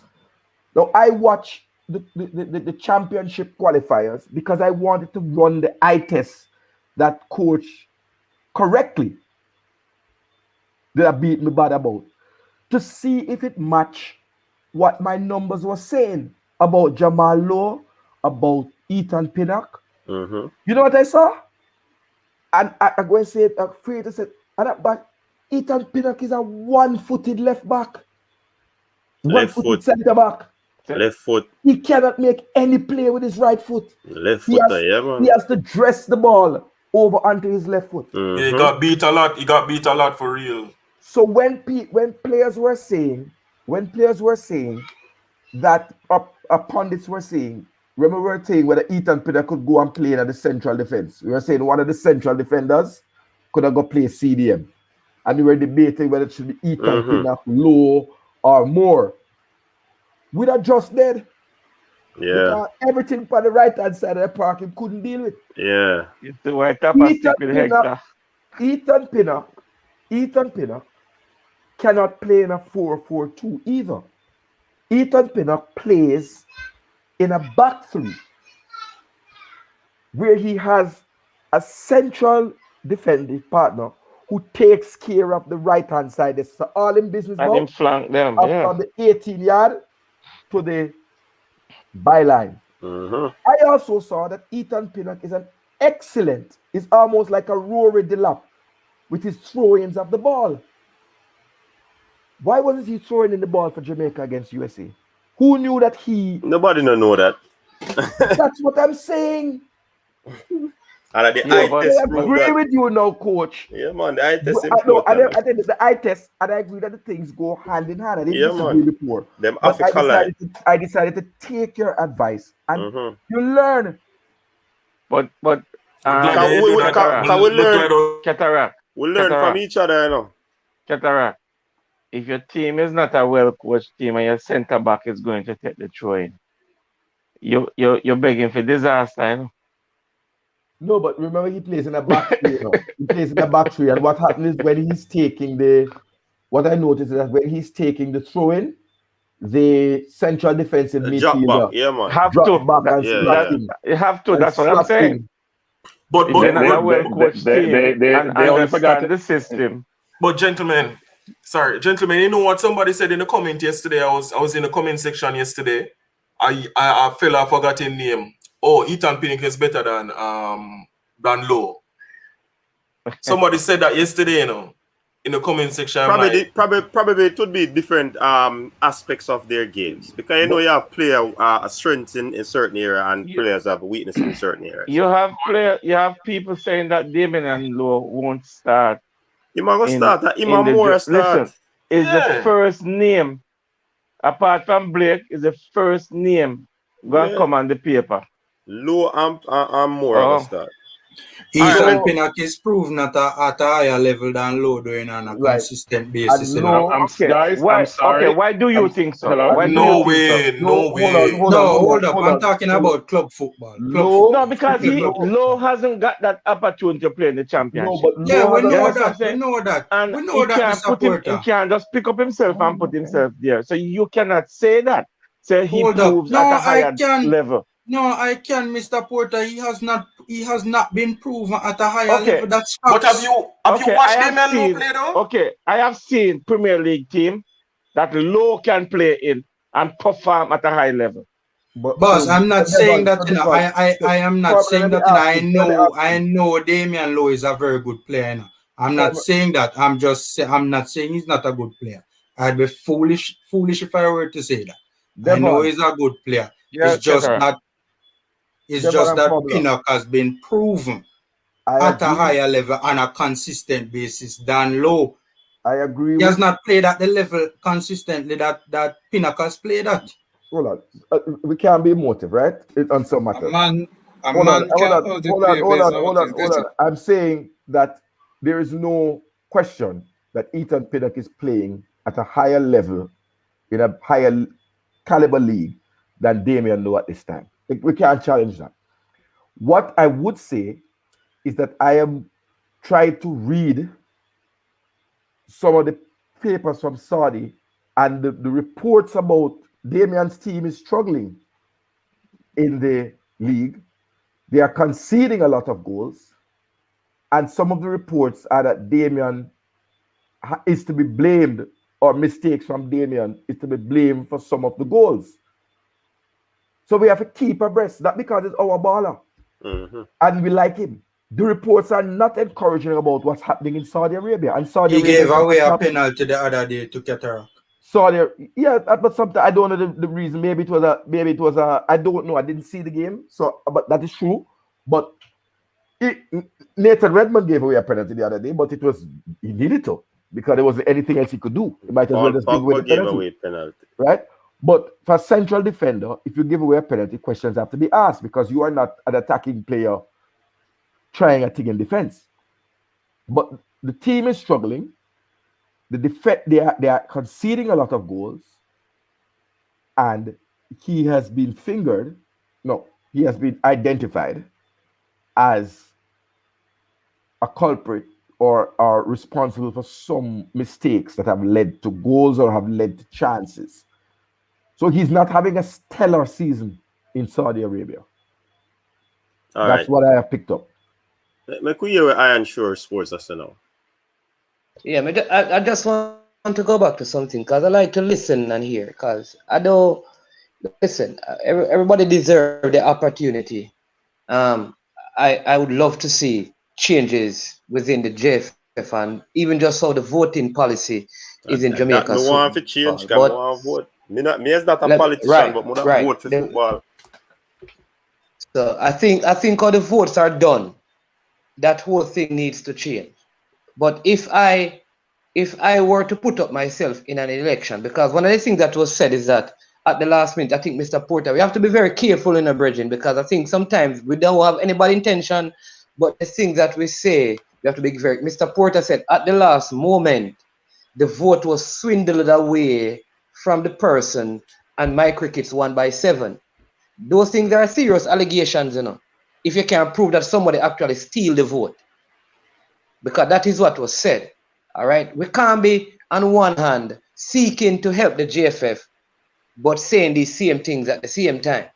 We can't say, all right, let's see if we can get Cataract to talk to the JFF and Mr. Porter, but then we're saying that boy. Hold on. I am sure. I never said that.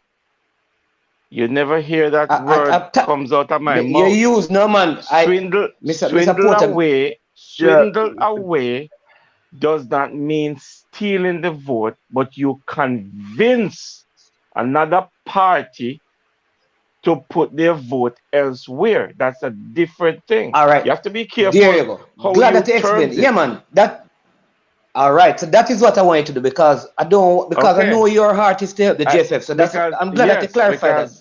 Yeah, man. Very good. I'm not saying that. I would never say that. All right.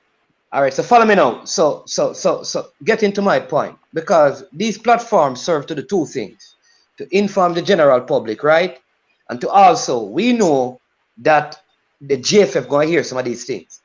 We know that a person like Mr. Porter and Cataract at some point will have dialogue with the JFF or persons within the JFF to present some of these players to them.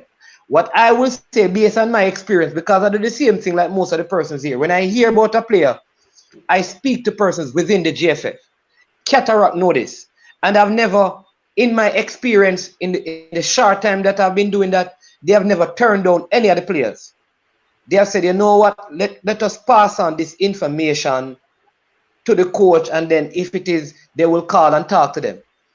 I must say, I don't know what the Captain Burrell administration has been like, but I have found that Rudolph Speed in particular, let me call that name, has been open to people sharing information with him. So though there are some things that needs to change, right? There are things that are working right now. I have to give credit where credit is due. I don't think, like Cataract says, any sort of change in the structure of the GFF and coaching is ideal at this time. We're too close to the Gold Cup, too close to the World Cup campaign.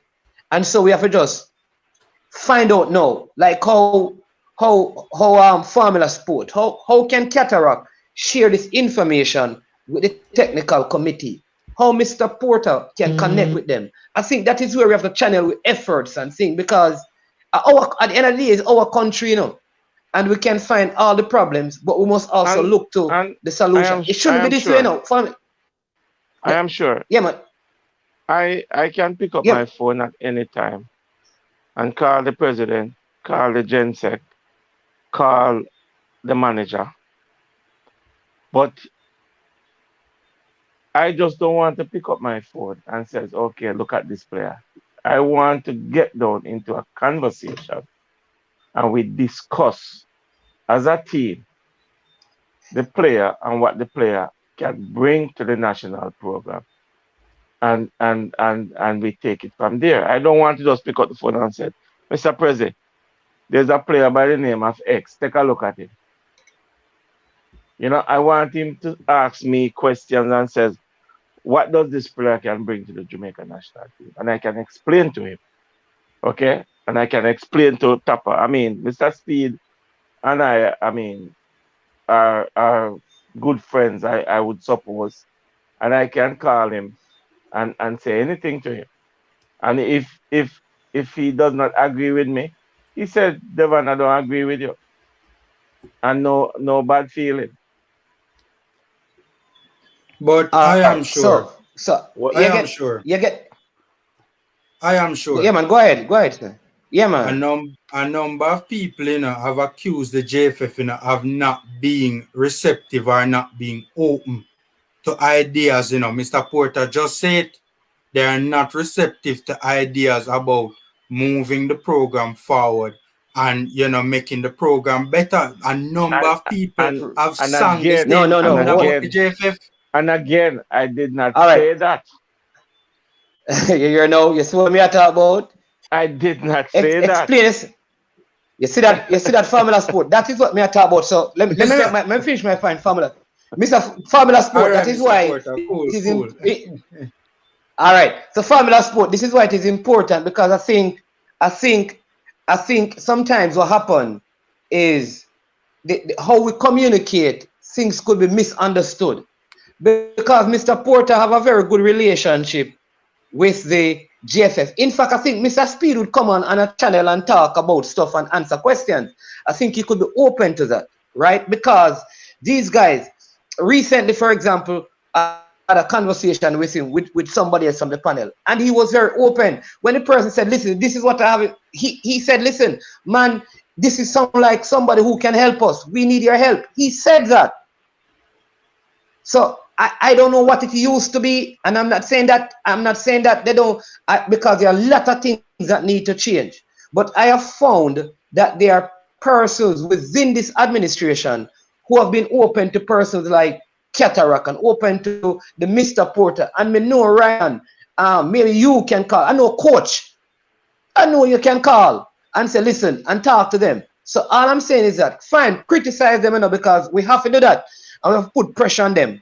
But let us also look at what we can do to add to the process, because we don't want to do anything to derail the train right now, because the promised land is too close.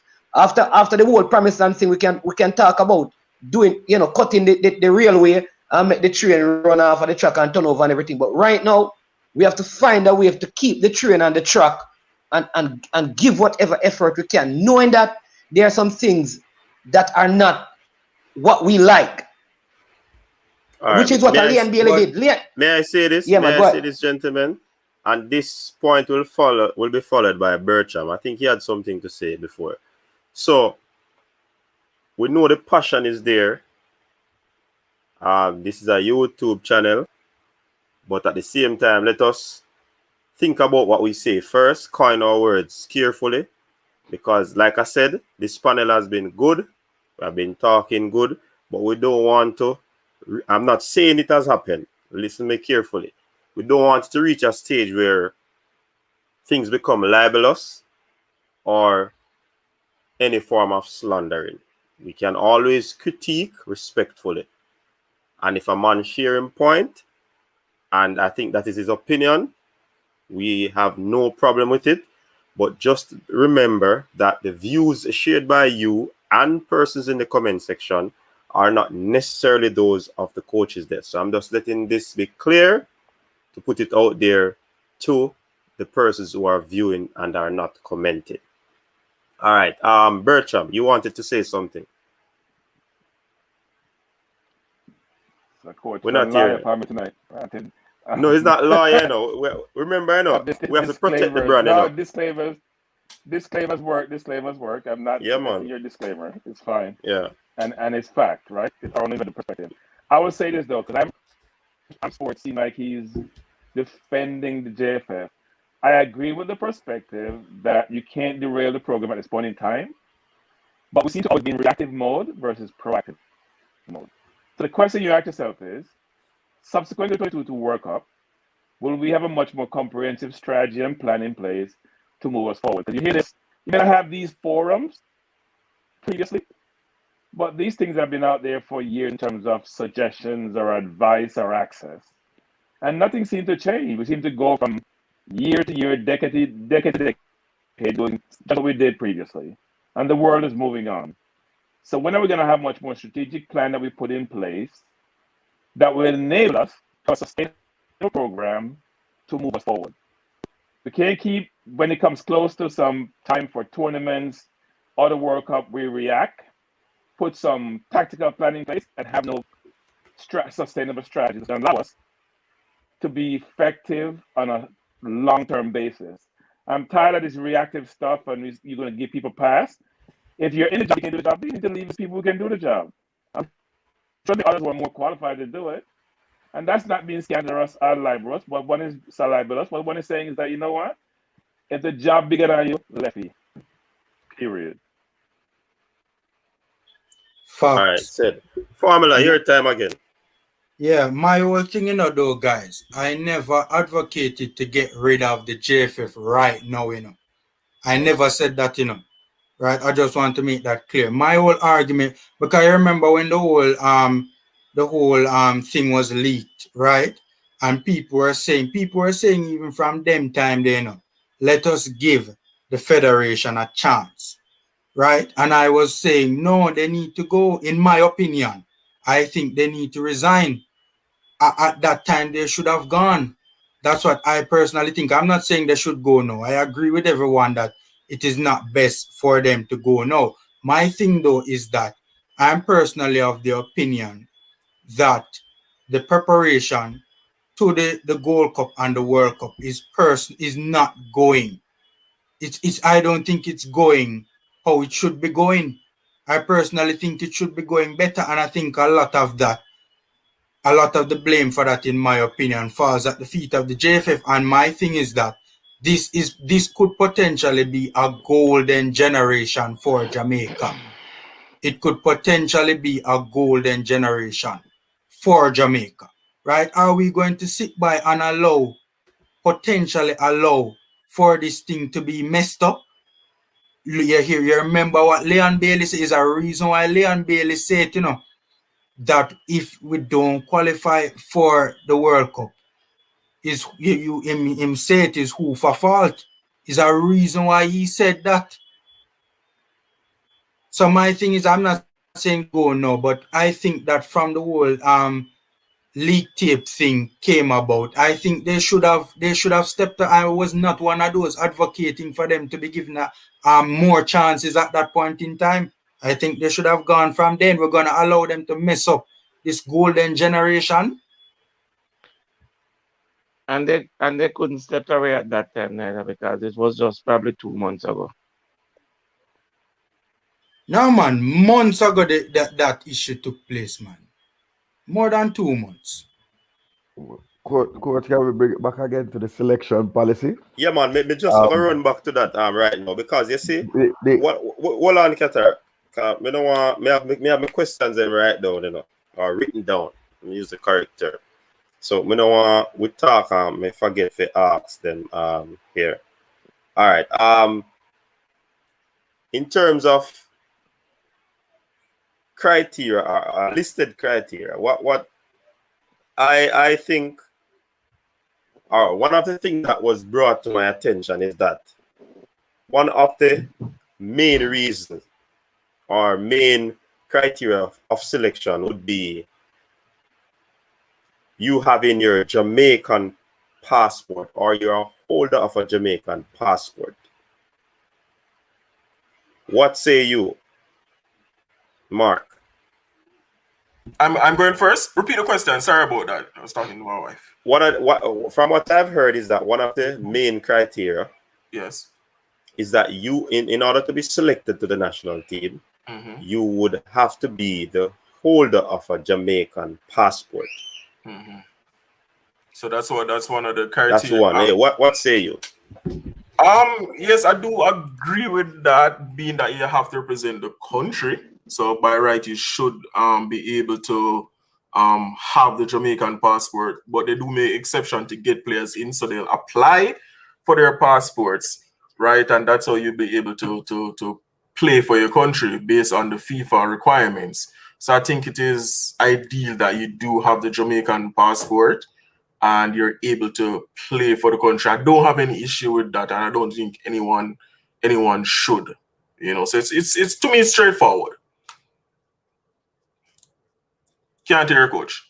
So coach, I have a question. Yeah, go ahead, Cranky. So coach, JC International won champs this year, right? Say that again. I'm gonna call it JC International won champs this year. JC International won champs this year, right? They won champs here, right? Is that correct? No. Yeah, they won champs. Is that correct? Okay, good. So the people can't hear the name. What's the name? What's the name? JC International, Jamaica College International. No, there's no school in Jamaica with that name. That's who they are. That's why they interviewed, they didn't sound Jamaica to me. So it's an international team. But anyway, combined college. Combined college. Yeah, combined. So here's the point I'm making though. For those your line bad though, Cranky. Am I breaking up? Can you hear me? Yeah. Yeah, my headphone might be battery. Check your battery on the headphone. Hold up. Yeah, check the battery on the headphone. Wi-Fi by Ravel. and while Cranky fine is you need to behave yourself. The thing about it, gentlemen, me get some info. Well, me see a picture in a virgin of two ballers link up, and to me, that seemed like something is brewing. A baller is going to England in the summer. Yeah, man, something cooking up, man. Yeah, based on what me say, Mikel Antonio and Leon Bailey apart. And that me did want to talk about a long time. Me see them apart. Drop the picture, coach. And base, you see one of the page where me see it pan. Me know everybody in the comment section go and look already, But I think them know it, the coach. Yes, for the page where me see it pan, people, it look like something brewing. So coach, we just like watch and say. Coach. Yeah. A team chemistry and an half the field. What is it? Team chemistry? Yeah, and an half the field. We can hear a little bit, Cranky. Can you hear me, coach? Yeah, Cranky. So we're still not coming through clear? No, it has speed up. It has speed up and then it slow down. You want to log out and come back in because we know you have that question. And come back. Yeah, man. All the details. Everybody agree with the point of the Jamaican, a holder of the Jamaican passport should be. No, coach. All right. And I don't believe that. Cataract don't agree. So criteria. I don't elaborate. Believe that's a criteria. Because if that was a criteria, then you would have to explain why Nathan Ferguson hasn't been given a call up for a long time. Because he had it. Well, Cataract, we can explain. Did they know about him? Did they know about him? No. Did they know about him? I'm saying to you that the criteria is those who apply or express an interest to the GFF okay. are who are selected. We have now stumbled upon the criteria for the overseas selection. We haven't stumbled upon the criteria yet that would explain Luca Levy and what's happening amongst the local based players. But it's outer mind again. I've never seen that player play either. Cataract. Which player? The player that you just mentioned. With the Jamaican passport, they say he's born. Nathan Ferguson is the starting left back and right back at Crystal Palace. At Crystal Palace. Yes. Cataract. Probably I need to pay more attention to him. And Nat Brown is a starting centre back at Norwich. But maybe the coach not have him in a day, you know. His brother is white as snow. His half brother is the starting forward at Ipswich. But you wouldn't tell because he's white as snow with blonde hair and blue eyes, but his legal father is Jamaican. There is no excuse in this day and age not to have knowledge. You need, before you hire a marketing person, that's the point I want to make to you, coach. Before you try to market something, if you have a restaurant, make sure you have a good chef. You have to have a good product. And make sure the chef can cook. And then the person will go at the market, go buy the provisions and the vegetable and the tomato them. Make sure they know what to look for in a good produce. So that's the problem with the JFF. Who's going to the market for them? Can't shop. The tomato them squeeze up. The OTT apple them punching. But maybe they have enough apple and oranges already. And just look for a few more. Cataract. No, we have. I come back to the issue of, and I'm going to come there, but I come back to the issue of right back and central defensive midfield. You have sufficient central defensive midfielders in the 3 leagues who have an interest to play for Jamaica, that we should not have been in this position. Right backs, imagine, before you leave the Premier League, you have 10 right backs that are Jamaican. Why do we have a problem? Why did we even have to go to the championship to have a right back turnout for us? Are you talking starting players? You're talking, if you don't want old, you have young. Tyreek, oh Lord of his mercy, what's his name at Jaden Bogle at Sheffield United? He's 20 years old. So if you wanted a young, as a matter of fact, all of them in the Premier League are under 23 years old, except Ryan Frederick, who is 28. 8 right backs are under 23 years old. So age could not be the disclaimer. And you have players who are starting, who you see on TV. When I watch a game, I don't know about anybody else, I am trying to pick up who might be Jamaican. I used to. Now I found other means of researching. And I track that player. Him look black, you know. Him look like him name, no look African.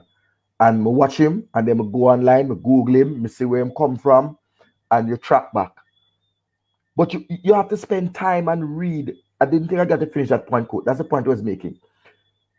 The newspapers in England have at least 20, the football section of a major newspaper on a Sunday is as thick as the Sunday Gleaner, with articles from what they call regional reporters, right? So every team has a reporter, every team has a page.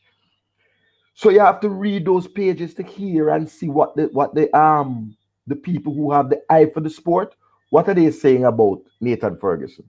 What are they saying about Anthony Grant? What are they saying about Kevin Stewart? Because they do their assessment. That's how they make their money. So I am not watching every game. Sometimes it's secondhand. I'm watching what the reporters say. So you have to go and read those things. You can't speed read them. You have to read. It means that, like, your wife go and get upset because you spend more time on football. But people are being paid to do that. You can't have a marketing officer before you have a data analyst or a scout. For me, that doesn't make sense. That's the cart before the horse. Because the last thing, and coach, you can cut, any man want cutting, come over the time. Let's take issue of Lee Grant at Manchester United. When we talk about Brazil and people saying what you needed to get to market. For Jamaica to have a Manchester United first team player coach, like a cataract, give me permission for cutting. We can cut in like I give permission for cutting. If a player has, if you indicate so you will come next. I am sure. You are sure, right? I'm saying you would then say to the market, look, he's coach. You say to tap a coach, he's 38 years old. That's not ideal. But even for sit on the bench and to have some Manchester United jerseys signed by him that we can sell to the public and make money, we think let's work with this. And then you make a business decision. Because as you know, some clubs recruit players solely on the basis that they're going to sell them on in a year and mark them up like Haaland. Right? It's the same thing with JFF. Some of the players that we're going to have to call in the future if we're serious might be on business terms. It might be because we want you to be able to speak to some players in your club. And last, when you ask about what we think is a good recruitment policy, looking at chemistry and the little time that players have together, I believe that once we have an established player in the squad like Liam Moore, we need to say to Liam Moore, find out who in your team is Jamaican and willing to come and play with you, so that when you guys are training together all time, when you with your club, you come to Jamaica with a certain chemistry. So whether it's the Omar Richards of the world or the Josh Laurent, right? So you get a CDM, you get a left back, and you get a centre back from the same team. They have a chemistry. If you go to Everton, you get Ben Godfrey alongside Mason Holgate. So you try to get a centre back pairing. That to me should be one of the selection criteria, so that you can get some chemistry going on, because this little time that JFF has given Tapper to prepare his squad. I'm a yield. Yes. So let me just say this, right? Over the years, countries that have been colonized by a next nation, always, especially in the sport of football, get their best talent.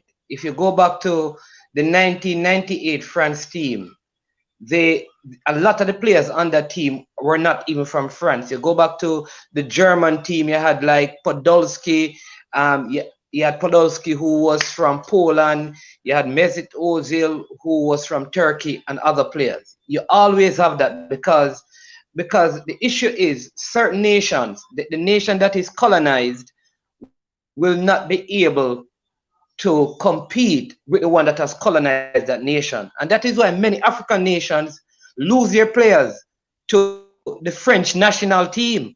A lot of these guys could play for the top African nation. Just recently, there was a youngster at Arsenal, Saka, that Nigeria did everything. I heard, and this is what I heard, can't verify it, but up to the president of Nigeria called him. They had other Nigerian, Iwobi, other Nigerian internationals speak to him. But he felt like it was better for him to play for England. All right. So what's my point? With the wide pool of players that we have who have connection to Jamaica, they are Jamaicans in England. So that's the first thing. Let's call them Jamaicans living in England and playing in the Premier League or in the lower leagues. When these guys are top quality, it is better for them and their families to play for England. And England, because they're born there, will probably be their first choice. So really and truly, what we get is those who have been rejected. And we have to be honest. Most of the players that we are going to get in Jamaica is those who are going to be rejected by England. So let's look at one. Why did Raheem Sterling was born in Jamaica? He could have played for Jamaica, but he chose England. And I mean, I don't blame him. Maybe for him, the opportunity and stuff were better than to play for Jamaica. And that's fine. So we are going to lose some of the players in the Premier League because I am sure. I am sure. I am sure. You see that word rejected? Find another word to use. I don't like that word. Okay, so all right, so let's change the word because overlook. All right, you're right, true. All right, if they're overlooked by England, right? Because the English FA is not a stupid FA. All right, they're they're smart. They're going to try as best of possible to find the best talent, try and tie them to their nation, even if they're not going to use them again. All right, can Jamaica really? That's why they keep their knees on our necks. So the question is, can Jamaica really compete with a top talent, a top Jamaican talent? Born in England though, can Jamaica really compete against England? Or do we really have to just wait? And if they're overlooked by England, then we make a proposal to them. Can I say a couple things? Let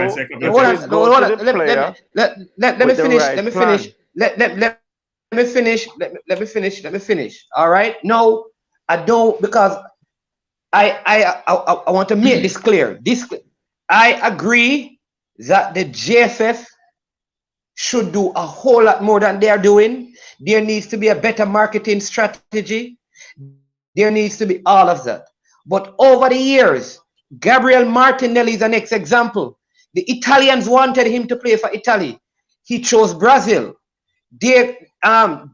Diego Costa, the Brazilian, wanted him to play for Brazil. He felt like he'd have started more in Spain, and he felt like it would have been better for him. The point I'm making is that even with the best marketing, though the JFF is failing with that, it's going to be very hard to compete with England if they say they want Mason Holgate. Because in Mason Holgate's head, that's a better option for him.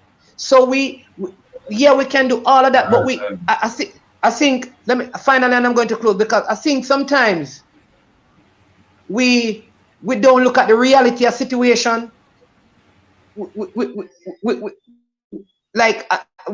surpass reality.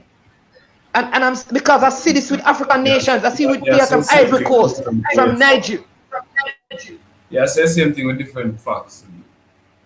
We understand. With you. So can I say a couple of things?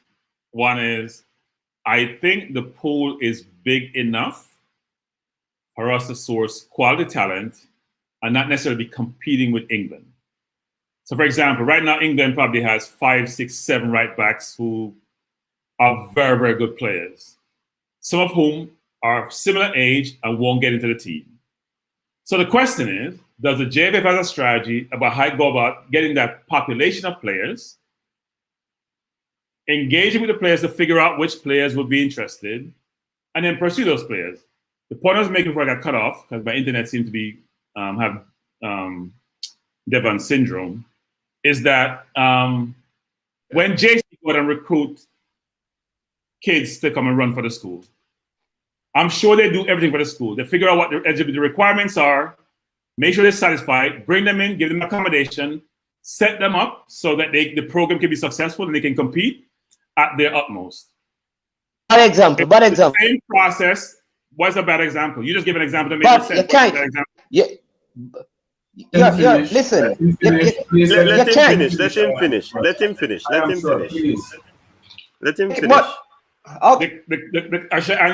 me have a chance to talk. Don't dominate the conversation. The point was made around, do you need a passport to play for Jamaica? The point is that you go out, you go source the players, you help them to get the necessary documentation to enable them to be eligible to play for your country. And the pool in England is large pool. As Cataracts always mention, there are hundreds of players of Jamaican descent, whether born in Jamaica, most of them born in the UK, some of whom will never make the UK team, but are quality players from the Premier League, who we can get to come play for us if we have the right structure, right support system that will enable them to come, play well, perform well, and who benefit most? It's us, not them. Period. True. All right, people. On that point that Cranky made. And we're hitting on the selection process. We have only 14 minutes to go. 14 minutes to go we have. So what I'm going to ask is that the president did say that there are about 50 players who would have signed off on the deal in terms of the contract. Oh my. Is the selection process only for those persons?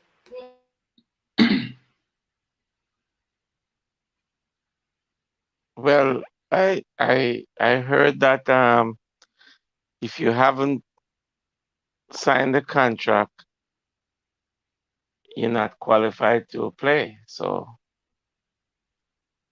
I would assume, Devon, that if you haven't obtained the necessary papers, then you wouldn't be approached to sign a contract.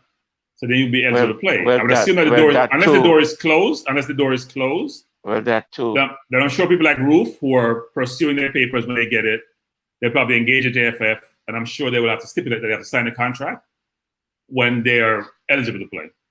I think one of the things is that we need to assist the player and educate the player how to go about getting the necessary, applying for the necessary documents to represent their country.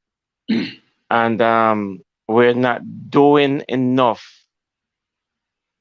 in that means because players, they don't know. As my good friend who is an agent in England, born of Jamaican parents, says most of these players don't read. They don't. Because they don't have the time. So we need to educate the players how to go about applying and getting their documents. I'm sure Suriname and Curacao and all those countries are sourcing foreign players, have a structure in place, and I know the US does. Absolutely. They're pursuing players, and they're pursuing these players for 2-3 years. They're not taking no for an answer until that player commits to play for another country. Especially when a player has all the skill sets that they're looking for and satisfy some of the requirements they have in terms of playing for the team. So I'm not sure when we have this abundance of talent, domicile someplace else, which may be available to us, why we're not pursuing them vigorously to get them into the program. And he mentioned Africa, for example. What I'm sure they haven't indicated is a lot of these players are born in France. They're not born in Ivory Coast. They're not born. Some of them may be, but they come to France at young, or they're born in France. They're born in these countries, or they come from those countries at a very young age. They're French citizens, so therefore they can play for France. Zaha, the reason why English changed the policy, when Zaha decided to play for Ivory Coast, because he didn't get called for England before the 2018 World Cup, they decided, you know what? We can't have this happen again. We can't have talented youngsters that went through academy that can play for us, and they go play for some other country. So they put on a full-scale push to make sure all those players who they believe have the ability to play for the country, they can, make sure they lock them up, give them playing some game that matters, and they can no longer play for another country. That's why we have to pursue players. People talk about keto at a young age. We need to pursue as many as we can. We don't should pursue players who are playing League 2 and League 3. I'm not into that. I want players who play at the highest level. So when we go to major competitions, we can compete, not just be glad to get there.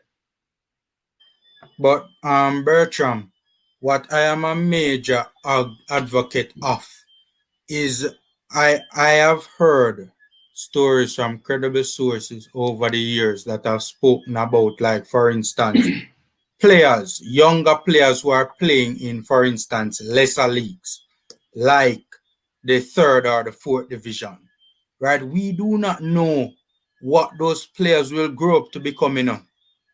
We need to pursue those players and try and cap them before they hit the English radar. We have heard stories of these players being interested even from a younger age, like a Mason Holgate. And yet still, when is now we want Mason Holgate to come into the program when he could potentially be in line for an England call-up. That don't make no sense. We can't compete with England. We cannot compete with England. Cap them young.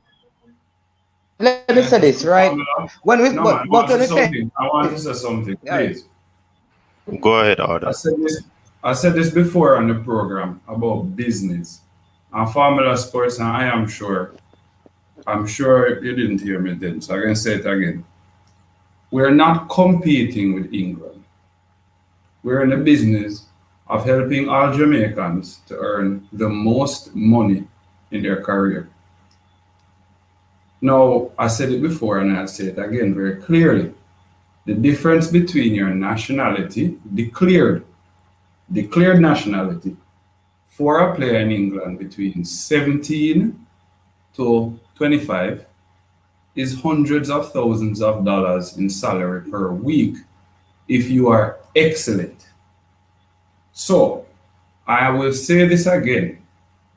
We need not look at young talents to face the challenge of jeopardizing the earning potential.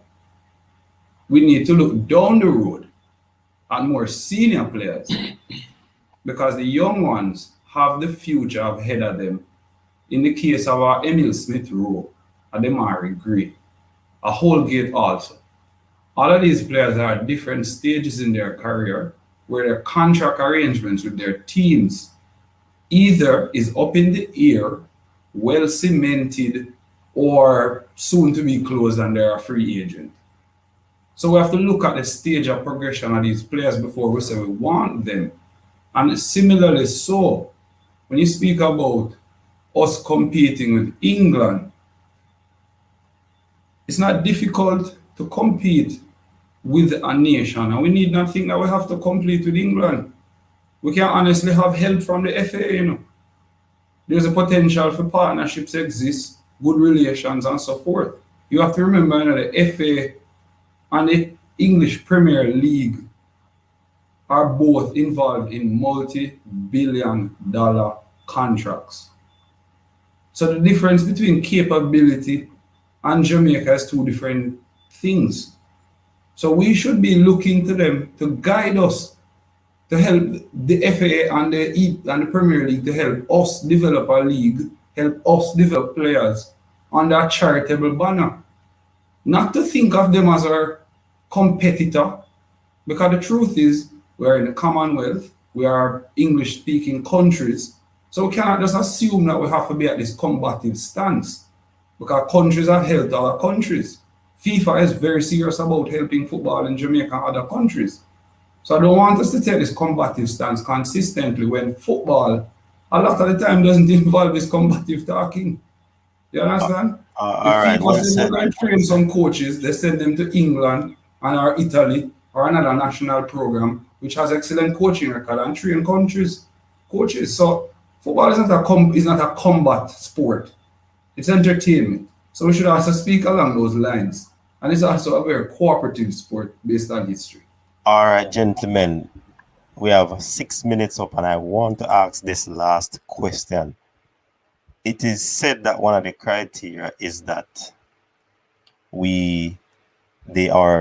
players are selected who has a club. Can you believe that? Can you believe that? 6 minutes to go. I think I'm going to throw this topic. Coach, you're wicked for that. 6 minutes, coach. I'm big minutes, coach. Oh God, man. Yeah, man, they should have talked about from beginning. Hey, coach, I'll say one thing. Next day and a half, that one, coach. Oh, God, yeah, so coach, I'll say one thing. If that's part of the policy, then there's always that fine print which says we have the ability and the flexibility to make exception to the policy. There's a caveat, Cranky. Love that. There's a caveat, always include the fine print. Yes. That says something that you don't read in the bold print. Yeah, exception to the general rule. Yes. Yeah, because the fact is that I put that out there, but there's really a caveat or fine print according to Cranky, because it has been amended from what I heard. Because there are sometimes players who would have done well in the national team, or they are currently playing in the national team and they are seeking a club and they have not gotten a club to date. So that puts the unattached players into perspective. So I have the next 4 minutes, and I'm going to throw that over to Formula Sports. I just respectfully disagree with other details on the point of the youngsters that he made earlier. That's not the prerogative of the Jamaica Football Federation. The Jamaica Football Federation should be in the business of having a strategy in place, right? For not only for the now, but also for future, years to come, so to speak, right? Looking down the line, right? In terms of capping these young players, even if they're not good enough, even if they're not good enough to start or to make the squad on a regular basis now, right? In the future, we can have these players available. The JFF is not in the business of looking out for the best interests of those English-born young talents. They're in the best interest of putting together a strategy in place for the betterment of the nation's football, and that includes having a strong squad, both for now and in the future. Why is it careful, Mr. Porter? Because if you don't have the players' interest at heart, yeah, man. No, be careful. Be careful what you say. Let me articulate myself. I don't know if I didn't articulate. I don't know. Consequences of what you're saying, is Leon Bailey, not Leon Bailey, Raheem Sterling playing at Manchester City on £400,000 plus and going up with the next contract possible. Would have been paid 250, 300 because I play for Jamaica. And what I'm saying is, I respectfully disagree. 52 weeks, over 200,000 different. You can do the calculation now what you think is best for the player. I respectfully disagree, right? I respectfully. Raheem Sterling, when he was given that contract, was one of the best players in world football, right? He would have not gotten $250,000 at that point in time. I want to articulate myself properly, right? I'm not saying that the JFF should not have the best interest of the players at heart, right?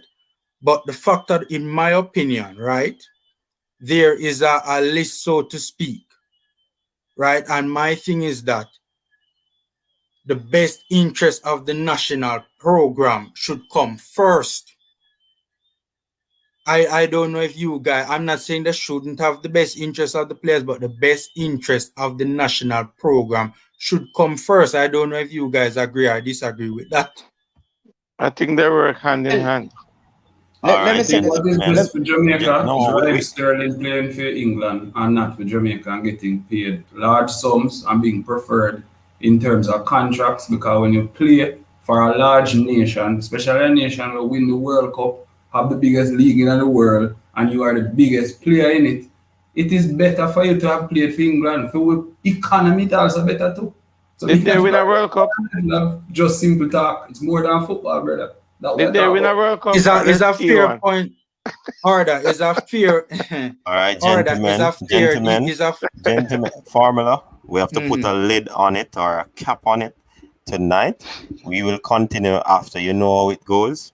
Thanks to everyone who jumped on the panel tonight. Big up to Cataract Sound. Big up to Devon. Big up to Formula. Big up to Order Detail. Mark Plunkett. Crooks. Cranky. I Am Sure Sports. And we had Alex who was on. Big up on yourself, man. One of the best panelists around town. Yeah, man. Big up on yourself, man. You have been doing an excellent job. Big up to the persons in the comment section. Big up to the persons who would have been viewing and did not say anything. Yeah, man. Respect and manners to all the people who would have come on and made the coach's desk weekend triple treat a wonderful, wonderful weekend. We ever see how the quad one going to Bridget? I'm not sure about that. I'm going to bed late last night, and I was up and about most of the day. So, you know what I mean? We have to rest the body. That is important. That is key. And after we normally have a little after session too. So that again, I'm going to be one next 4 hours. So big up to everybody. Big up to the people them. Thanks again for the support. Remember, you have to share the video if you want it to reach far. You have to like up the video, people. Circulate them around town so that they know that Coach's Desk is out here with the best team talking football. You know what I mean? It sound like me a rhyme in a cataract. I have to get a dub plate. But as I always say, people, take care of yourself. Do what you do to ensure that you're protected and stay safe. Once again, Coach's Desk, peace out. Bless up everybody.